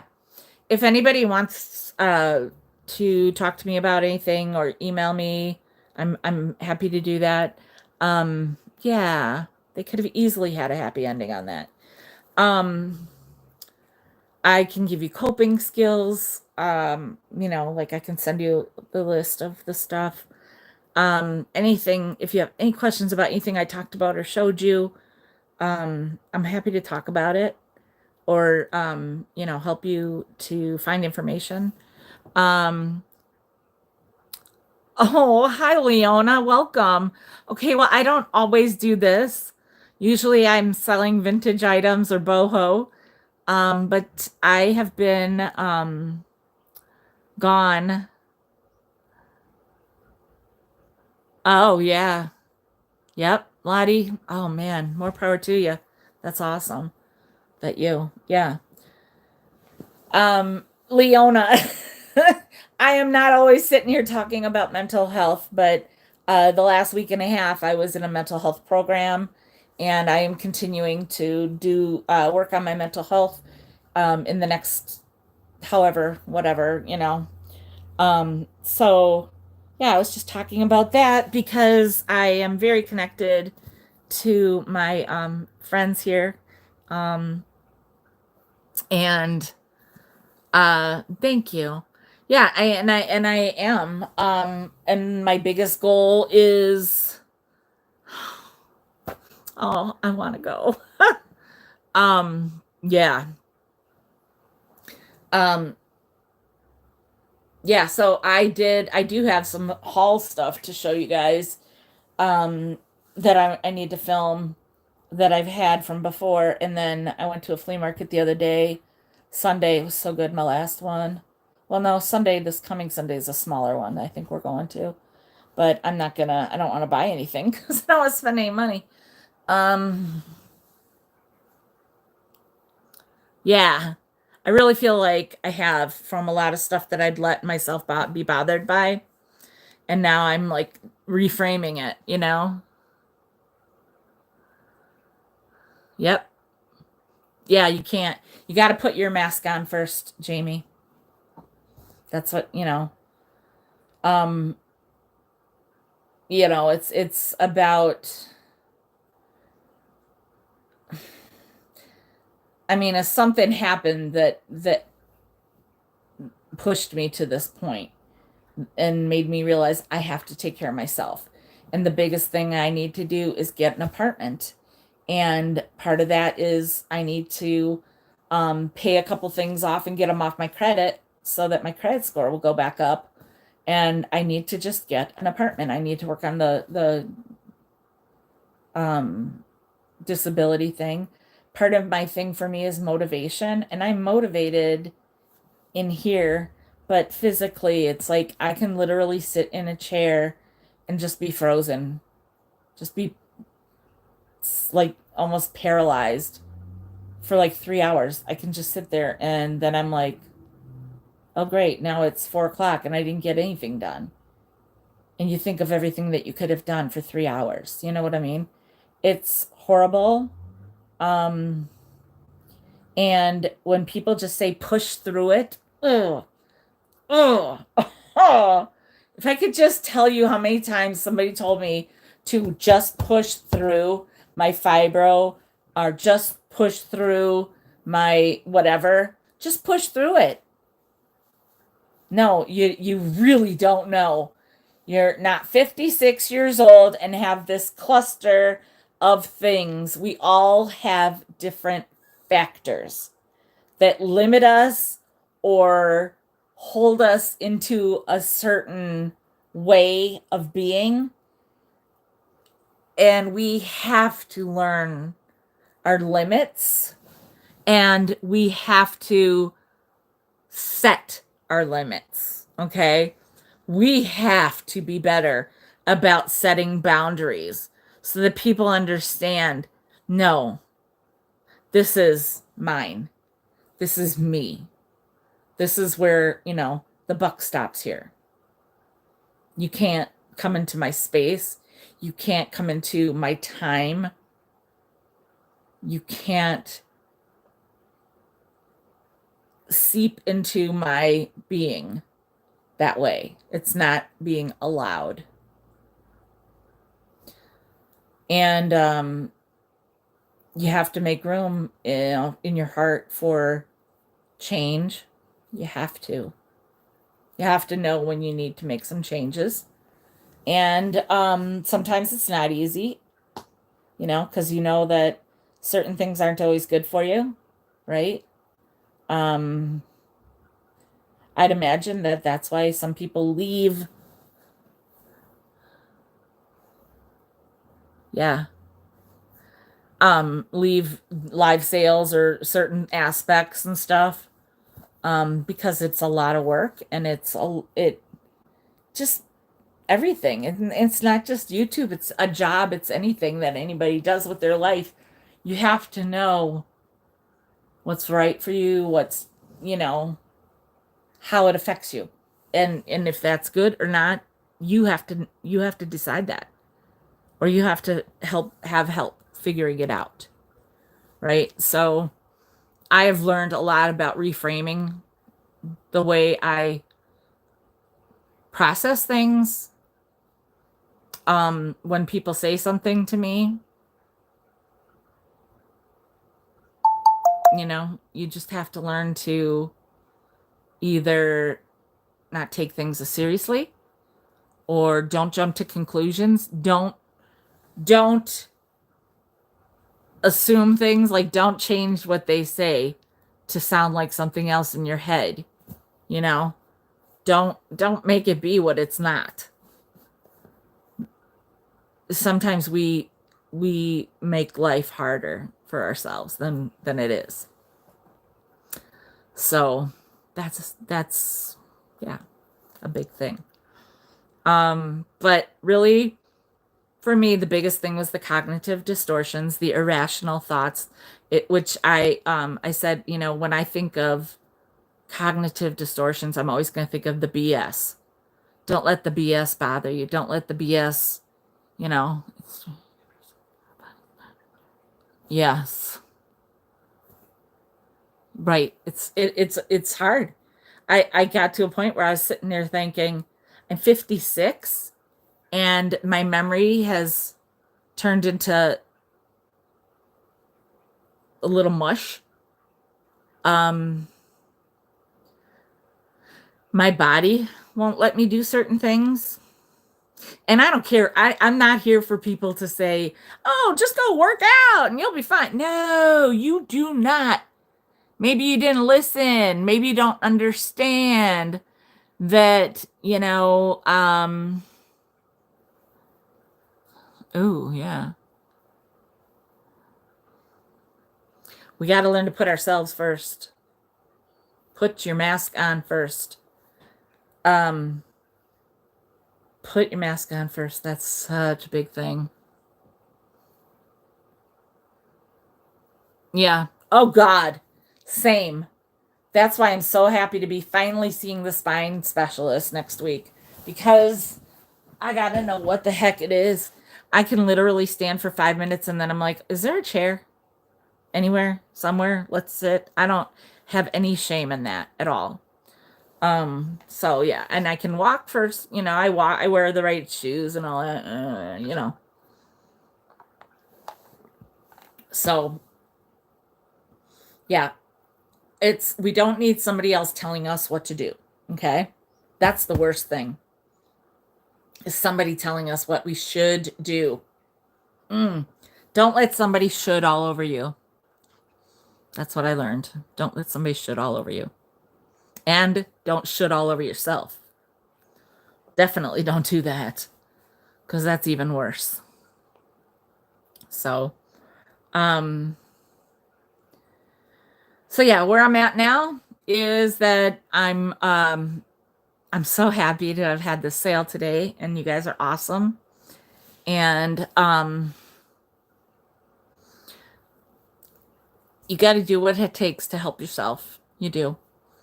But yeah, so I'm gonna work on getting this stuff out and I'm next week I'm gonna have my sales. They might not be as huge as they have been. I gotta be like really realistic about some shipping so I don't make it so hard for myself. And oh, so I'm gonna yeah, and then I'm gonna be going to North Carolina, so I gotta figure all that out. And I'm excited and happy and Let me just tell you that during this whole stuff, through all of this, mm, thank you. Thank you so much, Gabby. I love you too. One of my biggest regrets is not getting to meet you and Nettie when I was out in California. So I'm coming back. I'm coming back. So, yeah, I am going to be trying to get everything ready and do what I got to do to get ready here. And try to get back in the groove. My coping mechanisms or skills, a lot of that is going to be like trying to get to watching certain people's sales that I miss watching. That I gotta just get in back in a certain um, routine that I miss. I miss a lot. I miss a lot of people in this community. A lot, a lot. I used to talk to so many people a little more. Oh, I hate the dentist so much. Ooh, I broke a tooth right here, and like 2 months ago, maybe more. I don't even know. I just have a little piece of a tooth in there. I got to get this taken care of. It's so bad. Ugh, so bad. Yippee-i-oh. Okay, bye, bye, Gabby. Oh, good luck. Ooh. Um, so yeah, I'm excited. Um, so again, I really want to thank you guys all so much. I mean, I can't even tell you. I couldn't even if I tried right now to remember all the names of the people that have reached out to me in the last couple weeks. That I did put a thing that said that I wasn't having sales, and I know people can miss that because the algorithm, kind of moves things around. And again, I even lost some subscribers. I mean, golly, it's crazy. Yeah, me too. It's so hard, and it's like the thing I love. I love. Matter of fact, I'm probably gonna go see if Peggy Lou and Norm got a new video up because they're my faves to just you know, I just love them. But anyway, yeah, if you're between here and like Newark, Ohio to North Carolina or whatever, and it might just be like me stopping for a minute or, like not a minute, but I could try to work it out. And on the way back, I don't, because I don't know exactly when I'm there or whatever.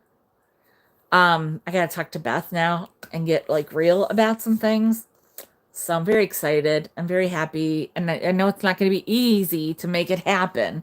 But I am gonna somehow. Newark, Ohio. It's by Columbus. Like it's what it's Longaberger, where Longaberger is. They live like a couple few miles down the road from the basket building. um and I'm not positive on that. I'm gonna get in touch with her though and see. So I gotta start working on all that. But yeah, anyway, I will be in the groove next week trying to have my sales because I need to, have an income. And if you have any questions, like I said, next week. That's bummer. I miss you, Jamie. Um. So yeah, I miss my people on here that I used to talk to more often. I miss a lot of that happiness. And yeah, they were Huggy Bears. Huggy Bear had them. Huggy Bear had those shoes on Starsky and Hutch. Um, but yeah, I'm gonna, it. I know I need to reach out, and I'm gonna. I am gonna reach out to some people. And it's not that my friendships are, ruined. It's just that some of them kind of faded because I have been depressed. So yeah. Thank you.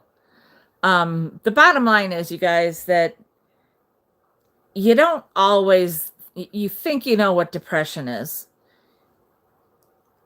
Depression, that, oh, by the way, that was my diagnosis. If anybody's wondering, I have depression, which, if you look on my chart, has been on there for over 10 years.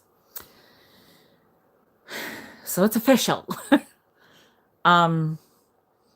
We had a call. We will, Mike. I had a call with my daughter yesterday. My Rachel Jack couldn't do it because he is working, but it was yesterday morning, and my therapist basically explained things to Rachel, because I wanted her to know things that maybe she wasn't understanding fully. And they basically, she said, the what depression looks like. Depression looks like a day you don't feel like getting out of bed. Depression looks like a day you don't feel like taking a shower. That's that exactly, paralyzing. Those days when I would sit in the chair and not move for 3 hours, that's depression. Depression is not getting out of bed for a week, or not taking a shower for a week. Frozen. Yep, I said paralyzing and frozen before. That's exactly. Oh, thank you.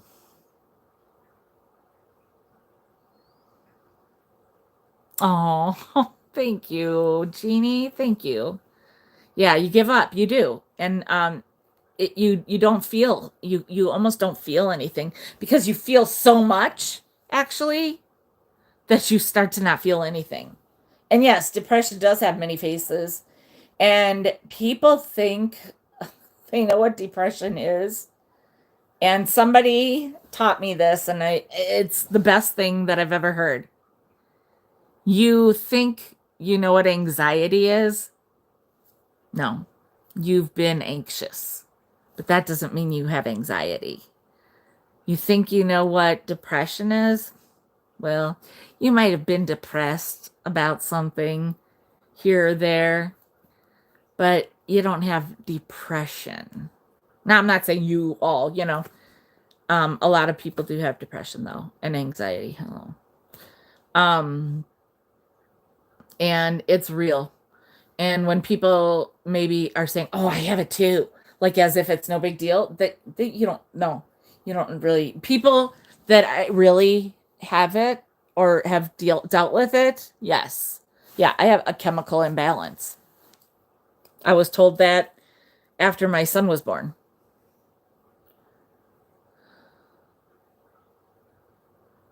Yeah. Oh yeah, all those words, you guys, all those words. Yep. Um so when you're dealing with depression, it's hard, because it's hard to get up and do things that you need to do sometimes. Yeah. And it's even harder when right. It's even harder when somebody thinks that they're trying to, um if it's not genuine. When somebody's acting like they're being compassionate, you know the difference between the real and the not real by the way they present or empathize or not.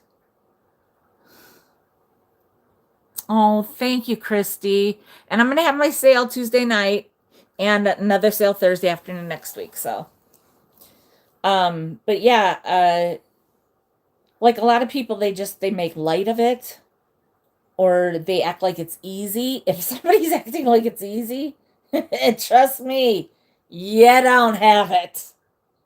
You don't. And it doesn't just go away. No. We deal with it forever. Yes. Yes. Yeah. Does anybody have any questions about anything on here that you want to ask, or any comments? Positive comments, I guess I should say.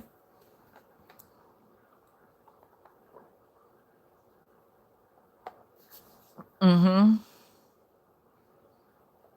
Yeah. Look, I'm going to tell you right now. Those are words I will never forget. Cognitive distortion is going to stay with me for a long time. I'm going to tell you again the definition of it. Irrational thoughts that influence our emotions. Everyone experiences cognitive distortions to some degree, but in their more extreme forms can be maladaptive. And maladaptive, if you want to look at it a certain way, in Spanish, bad is mal, M-A-L. So when it's maladaptive, that means it's not great, not good. So there's there's a cognitive behavior triangle, and it goes, the first thing is a thought. Okay, we have a thought. Then we have an emotion, and then we have behavior, right? So we have the most control between the emotion and our behavior. Okay, because the thought has happened and then the emotion has happened. Now we have to think about what we're going to say or do next. Yep. Exactly, Maria, exactly. Ditto. So we have the most control in that area is how we behave. So there's the 3 C's, okay? First C is catch. You catch the irrational thought pattern, okay? Then the next C is challenge or debate. Like you do fact versus interpretation. Like you deal with that thought, right? So then the last C is change. Change by replacing that irrational thought with a rational thought. So for me, it's because it's like we don't want to feel like a burden to somebody, right? So it has a lot to do with like how we respond or react, but that's what I said is like you want to change it from reacting to responding. And we have these unhealthy styles of thinking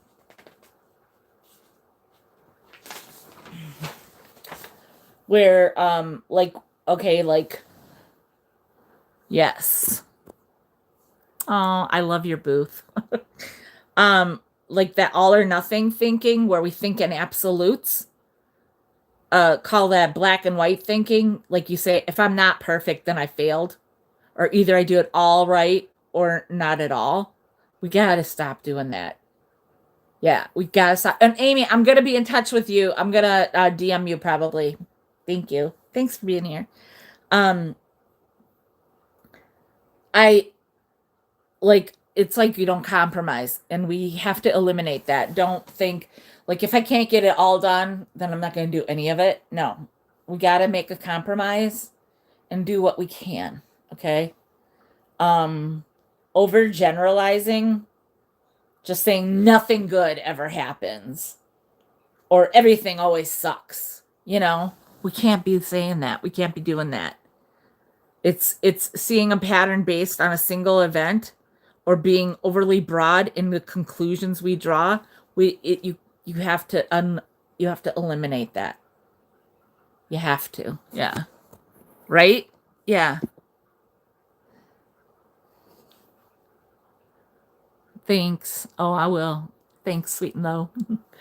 um Disqualifying the positive, just always recognizing the negative and ignoring the positive. Oh, you're welcome, Nancy. We can't do that. You like discounting the good things that have happened or that you have done for some reason or another, saying that doesn't count. No, you have to acknowledge, embrace the what you have done, the good that you have done, what you did accomplish, right? Like then I'm feeling.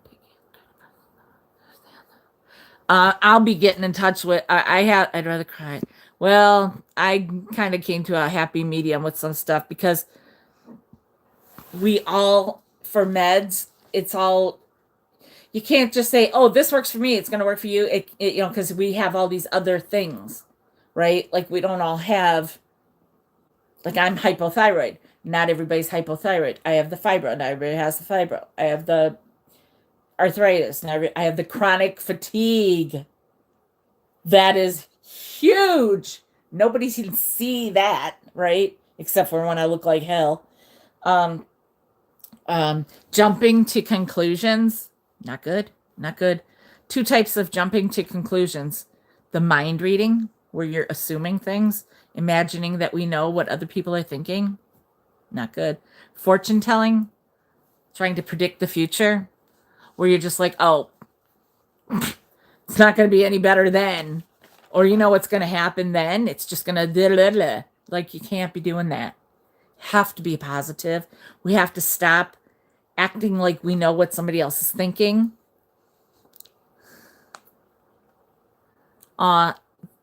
Thank you. Thank you, precious. You're welcome.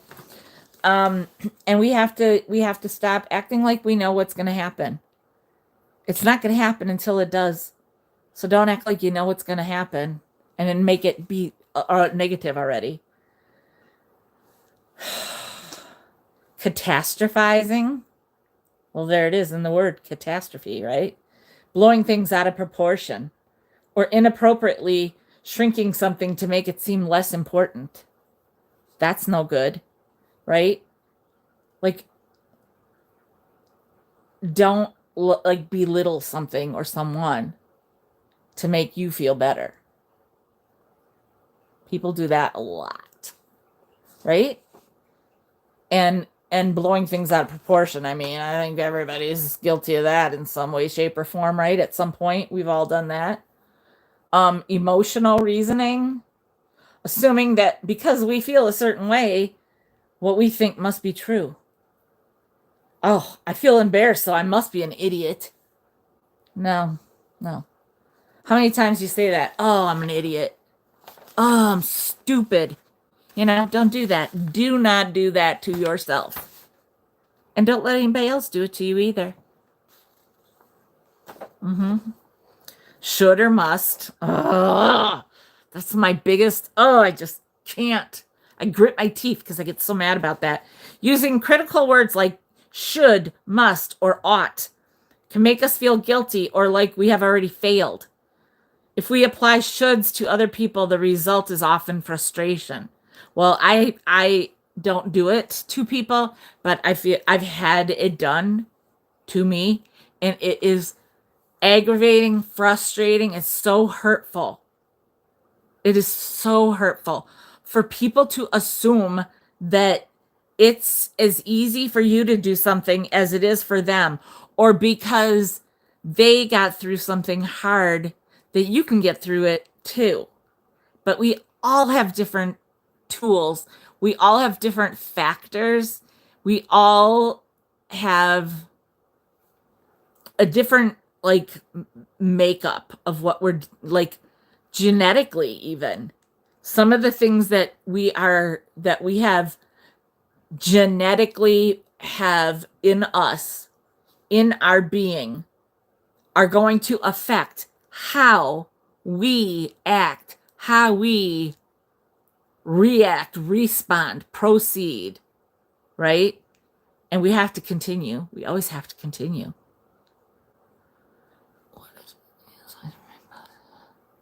Yes. Labeling, oof. Assigning labels to ourselves or other people. I'm a loser. I'm useless. They're such an idiot. No, you can't do that. You don't go like this. How many people have done that? I know I have. I'm like, oh, I'm so, or, for other people, he's, no, that you can't label. calling yourself stupid, calling yourself useless, calling yourself like a moron or anybody else dumb, bad, right? You can't do it. Don't do it. And right, nobody likes me. That's an assumption. Um Labeling somebody or labeling ourselves is like false advertising, right? Because what do we know? And you think you know yourself, right? Right. Oh no, I saw it, right. Yeah, exactly. Um oh, people do that comparison stuff or like a topper. Got that. Got that. And I mean by topper, it doesn't always mean in a good way. It's usually in a bad way, which is ridiculous. Um I don't know what I was gonna say, but okay. Personalization, this is my fault.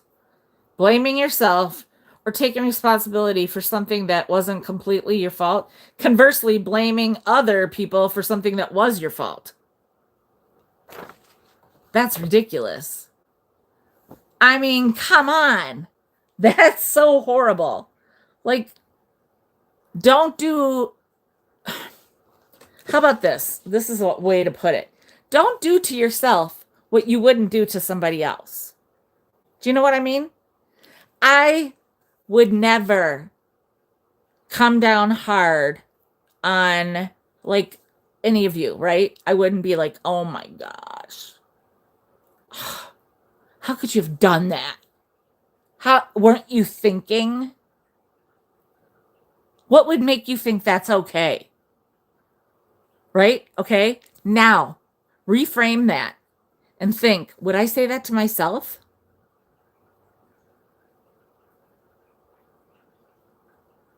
Okay. I see you. You know what I mean? Be kind to yourself. If you're telling somebody else not to believe the nonsense, then tell yourself not to believe the nonsense. You know? I mean, you tell somebody else you're awesome. Think about all the things you guys said to me, okay? Let me scroll, just randomly scroll. Um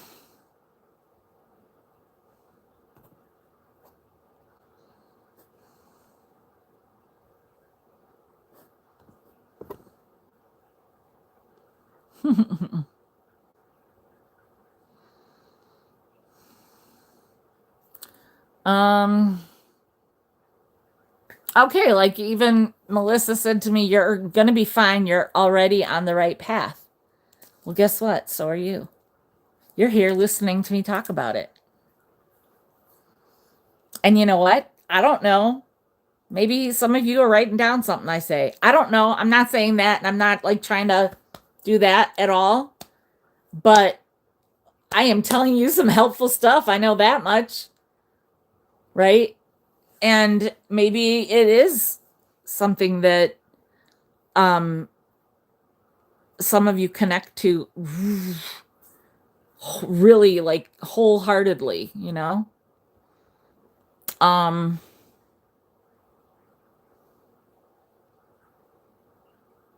um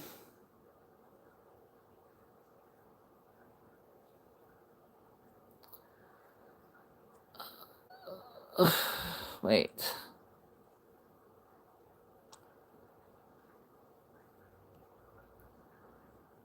Ah, right. Well, I can't. I'm not gonna. There's we converse a lot, so it's hard to just find something. Yeah, but it's like, yes, you have to be a fighter. You have to be a warrior. You know, you want to continue to fight for yourself, right? And yes, think about okay. I know which way I can say this. The emails that you guys have sent me, Trying to take it to heart. Yes, thank you. I'm glad. And it's not easy, right? It's not. You have to be kind to yourself. Lois, think about what you've said to me. You're such a kind, dear, sweet soul. I could do that. And all the things that you say to me, all the dear, sweet things you say to me, turn that around. Because that's you. That's you. One thing that I learned from Danny, my soul sister, we did. Right. It's not impossible. But one thing I learned from Danny was we did this thing one time where we wrote down 3 people that we look up to or admire. And then you write oh, I love you, Lois. And then you write down the 3, like you write down the thing, like 3 things or whatever that you admire, why you admire them, the qualities you admire about that person. And then you look at it and guess what? Those are actually your qualities. If you admire somebody because they're positive and strong and honest, chances are you are also very strong and positive and honest. And it's very hard for us to take a compliment, right? Oof. Isn't it? Like how, oh, my therapist was like, how many of you can take a compliment easily? And we're like, no. Like when you guys say stuff to me, it's like, oh, please. No, not me, you know? And we have to open ourselves up and let that come in. Accept the nice, the positive, the uplifting things that people say about us. Because guess what?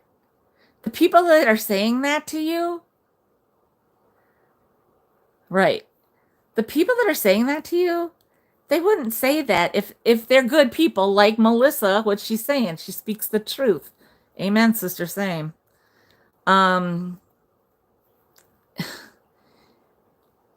You wouldn't say these things if you didn't mean them. Most people, right? Because that's the thing. You have to identify. You know, there are the people that are not. You can identify. When you know certain behaviors and you have certain tools, let's call it your emotional toolbox. I just learned that myself, or I just made that up myself. We didn't talk about that. But you have certain tools in that emotional toolbox, right? And you have certain skills, coping skills, all the things. And so you know when you're dealing with these cognitive distortions, which I consider the BS, right? The irrational thoughts. You have to, or not have to, I don't want to put it that way, but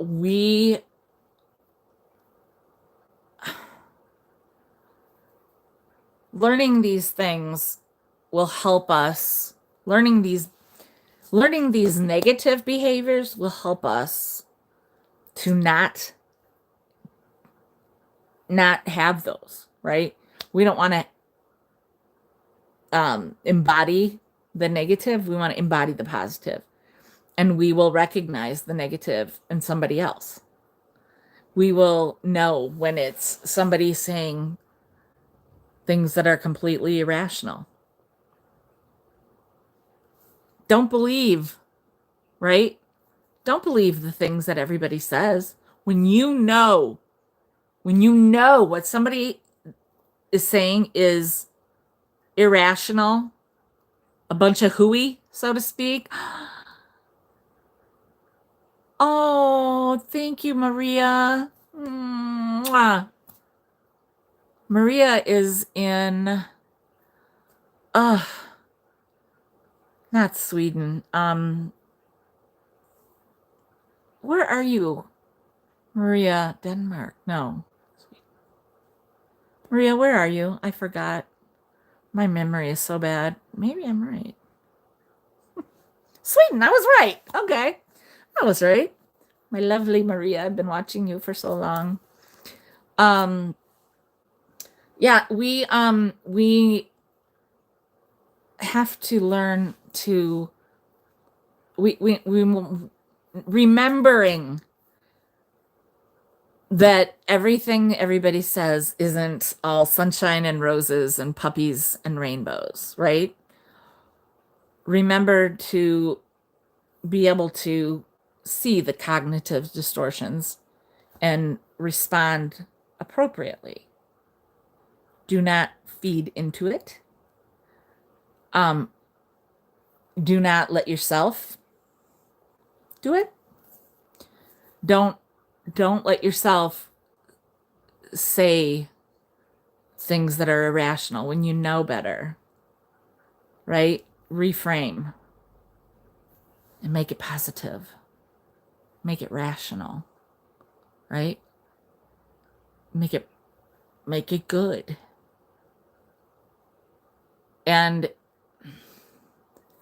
that is one of the biggest things. Yes.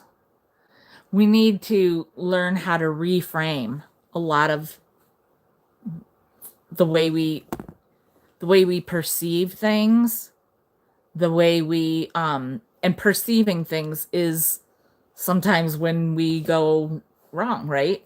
Because we might overgeneralize, or we might jump to conclusions, or we might think that we did something stupid, right? All of these things. So when you stop and reframe,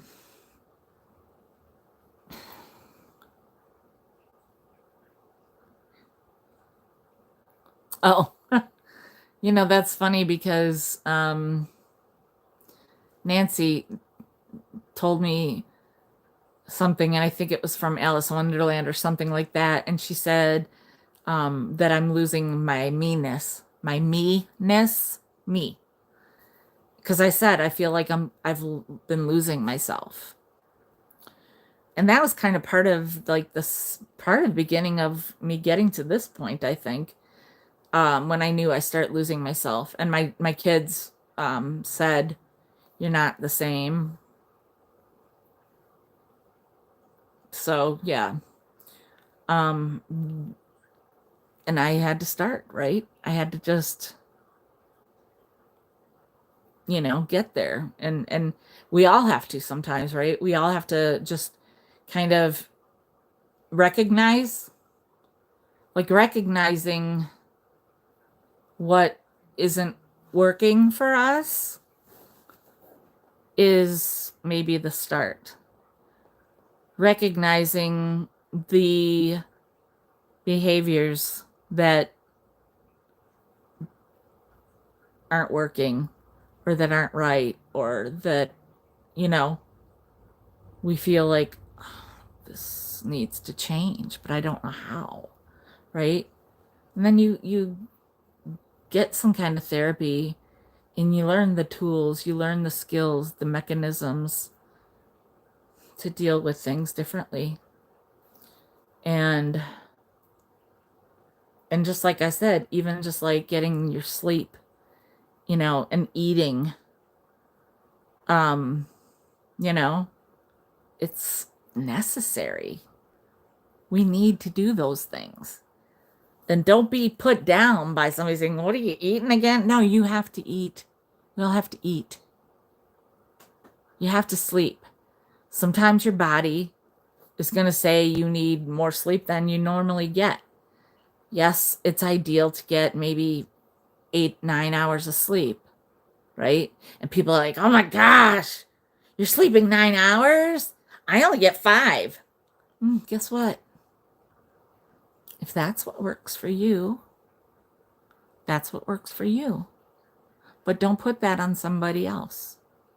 But somebody else might still need 9 hours. Some of us could sleep 9 hours and still need a nap because you don't know everybody's story. You don't know everybody's genetic makeup. You don't know everybody's medical history. You don't know everybody's psychological history. Again, we pay so much attention to physical health. Somebody's walking along, coming to you, you're meeting a friend and they're limping, right? You're going to say, why are you limping? Have you gone to the doctor?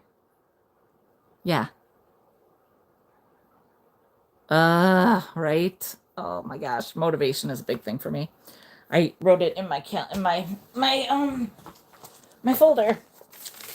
Motivation, cognitive distortion, progress, or progress, either way, continue, amazing.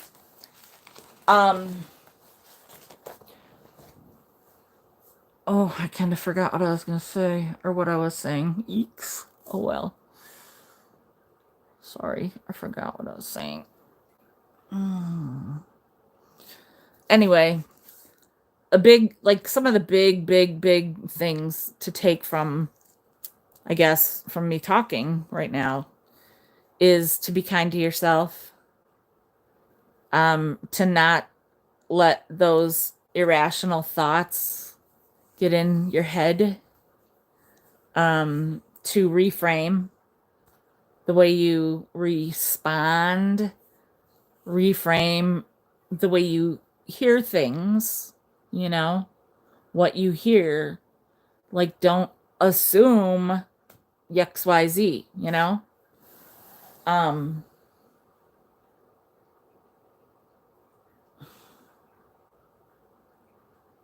A huge thing.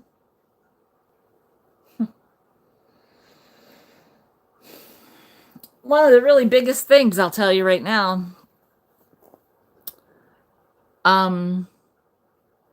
is asking for help. So, I mean, I know a lot of you are saying that you recognize these symptoms. They're symptoms, is what they are, okay? You recognize this behavior. Yeah.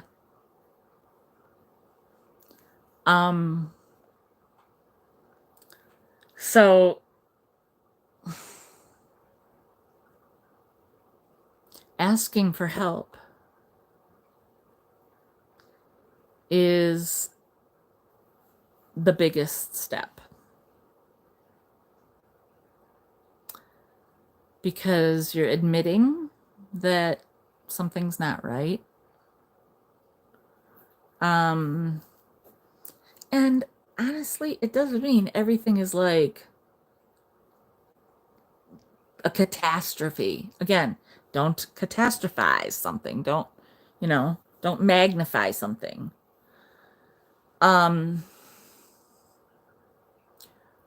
But be careful. Sometimes I would say be careful of talking to other people about things, right? Because people are like, look, you want to think that everybody is sympathetic and empathetic to what you're dealing with, but you can get advice from a friend all day long, and I've gotten great advice from some of my friends, right?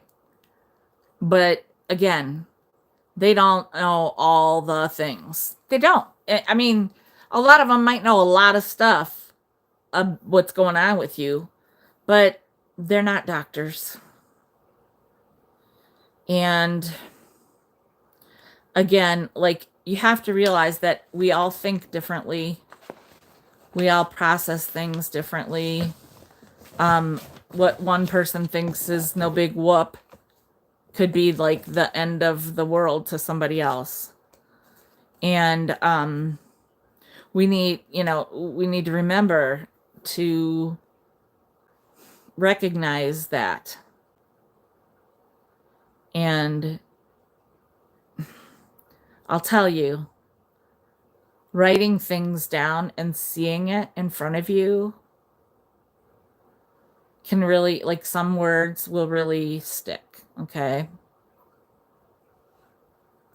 Some things some of the things I learned, I knew already, but you remember, oh, yeah.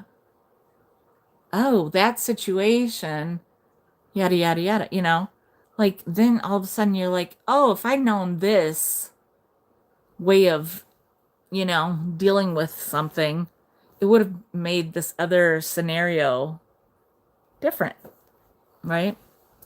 Um, Trust, a lot of people have huge trust issues, huge trust issues.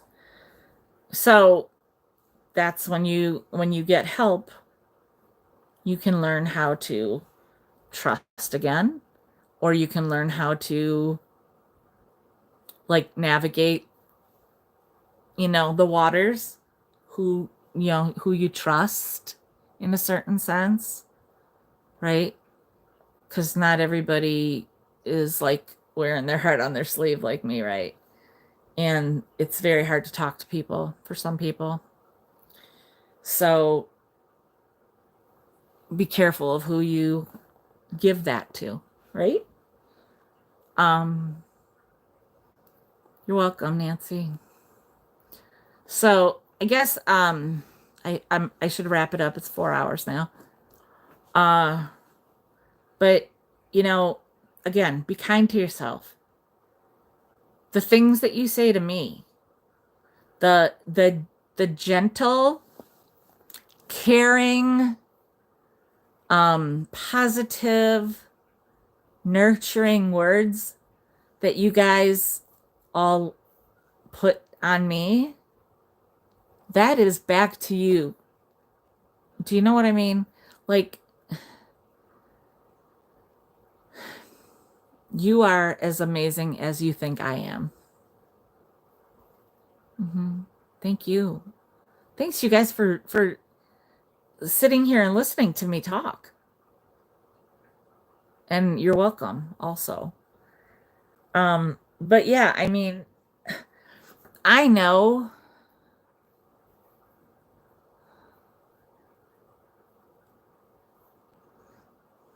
yeah, it's hard. I am a trustworthy person. That doesn't mean everybody else is. I mean, when I say, like, the things you say to me, look, I'm not saying, because we all know there are people that are sketchy or deceiving or whatever. I mean, I'm not saying that everybody's happy and positive and, you know, sunshine, but that's another thing too. You learn to identify, then don't be around that, right? Be around what's good for you. What warms your heart? What satisfies your soul?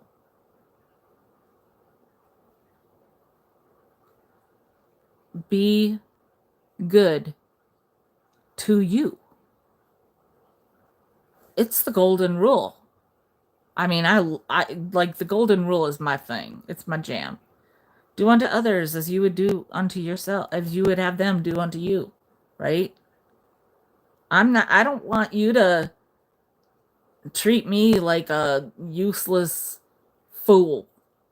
I would never do that to you. I would never do that to somebody. Don't treat people in a way that you don't want to be treated yourself. That's plain and simple, right? And think about this too. Don't we always hurt those that are closest to us, right? Like a brother or sister or a parent or something, I don't know. Yeah, it's respect, huge, huge. And self-respect.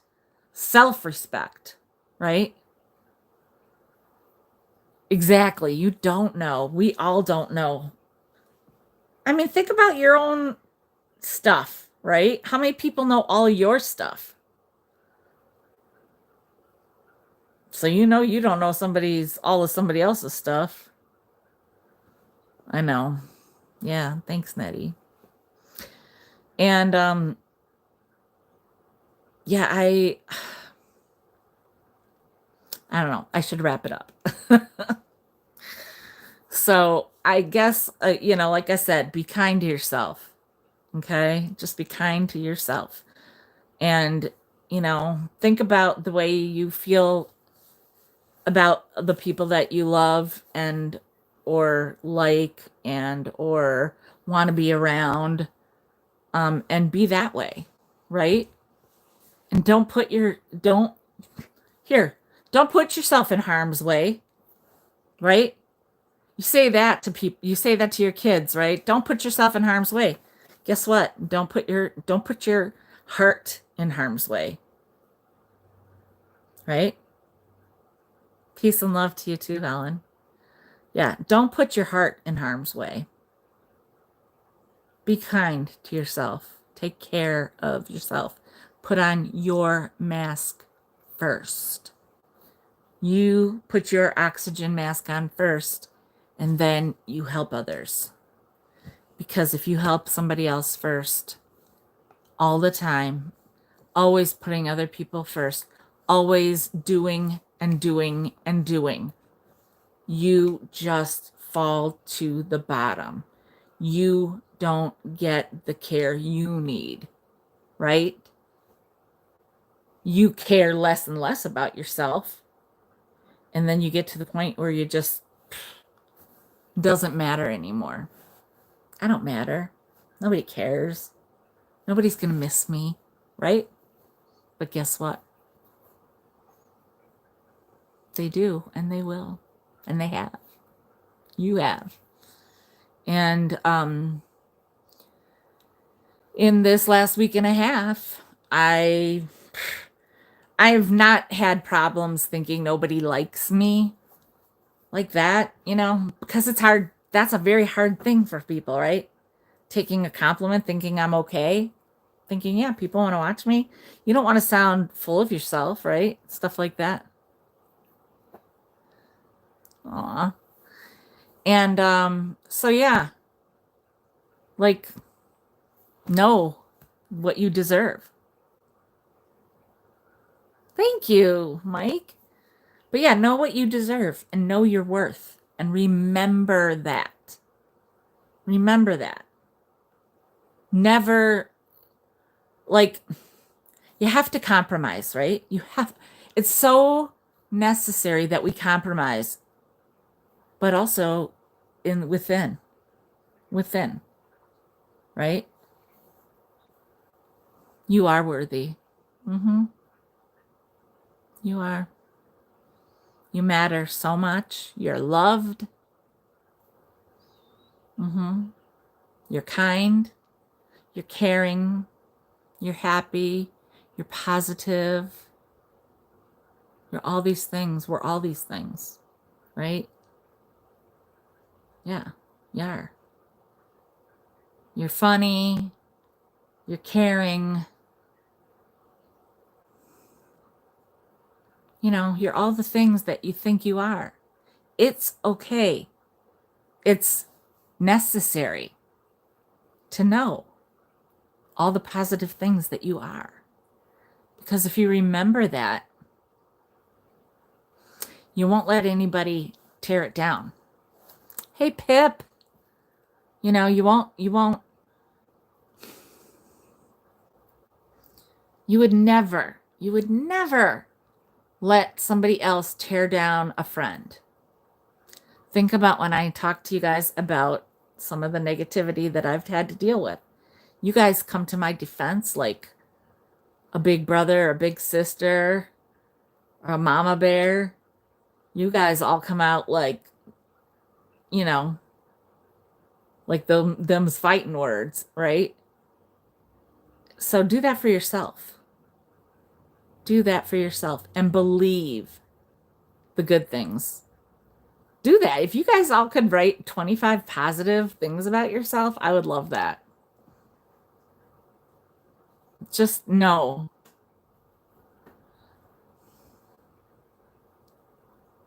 Yes, absolutely. You are epic. You're amazing. You're a warrior. You're a fighter. You're a lover. You're a survivor.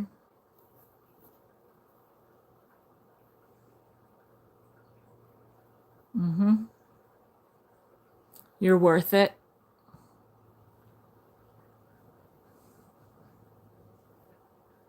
Yep. You are everything and more. We all have to hold on to. We have to hold on to all the things that we really know are good about ourselves. Okay? And that's right. Let's go rule the world. You are everything and more. You are. We all are. We all are. And if we all just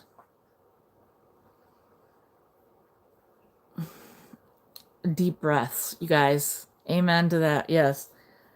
I am telling you, deep breaths have become everything for me.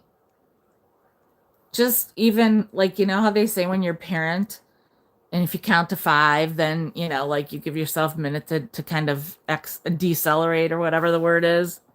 Be excellent to one another. That's great. Yep. You are beautiful, strong, and loved, Jody. So are you, Nancy. Nancy, you're beautiful, you're strong, and you're loved. So I'm going to end now. And you guys have been, because this is amazing to me. I am so grateful to you guys. And I'm so like, I'm touched. I'm touched that you all have,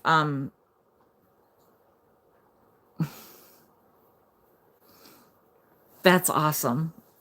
I'm so happy. I'm so happy about that. I've got goosebumps. Um, I'm so happy that you all have been so respectful to me and to one another and to yourselves. And I hope that a little bit of this sticks with you all every day, a little bit more and more every day until you all like are just, you know, way more healthy, as healthy as you need to be. Because, you know, we eat right for our bodies, right? We take vitamins for our bodies. Hey, Katie. Yes. Yes, Lottie. Amen to that. But you eat right, you exercise, you take vitamins, you do a lot of self-care for your physical being. So, my final parting words are do the same for your mental being. Okay? Do good things for your mental being. Take care of your mental health because your mental health is as important as your physical health. All right? Thank you guys so much. So much. This is like going to stay with me so much. I wish I could print out all my comments. Wish there was a way to do all that. I'm definitely not that techie, so, but yeah, this was, I'm so grateful to you guys. Okay. And the comments will probably, I don't know, I think it takes like 24 hours. But then again, this isn't on StreamYard, so maybe not. No, I think it might be 24 hours before the comments are on. I don't remember, but anyway, come back to this if you need to. Um, and thanks again, you guys, for being so amazing, for being here for so long, for listening for so long, for supporting me, for encouraging me, and for helping me realize, you know, that I am strong and I am worth it and I am loved, you know. So thanks, you guys. And Bella says thank you too. Thanks for helping her mama. So, all right, you guys, I'm going to say goodbye. And again, if you have any questions or comments, whatever, you can drop me a line at comfycozyliving@gmail.com. You can also DM me on Instagram at comfycozyliving66. So I love you guys so much. And I'm grateful to each and every one of you that commented, and each and every one of you that are lurking, and each and every one of you that tune in every week, and each and every one of you that are new, and each and every one of you that just said, hey, what's this? And stuck in with it. And will say, hey, I'm going to come back. Yeah.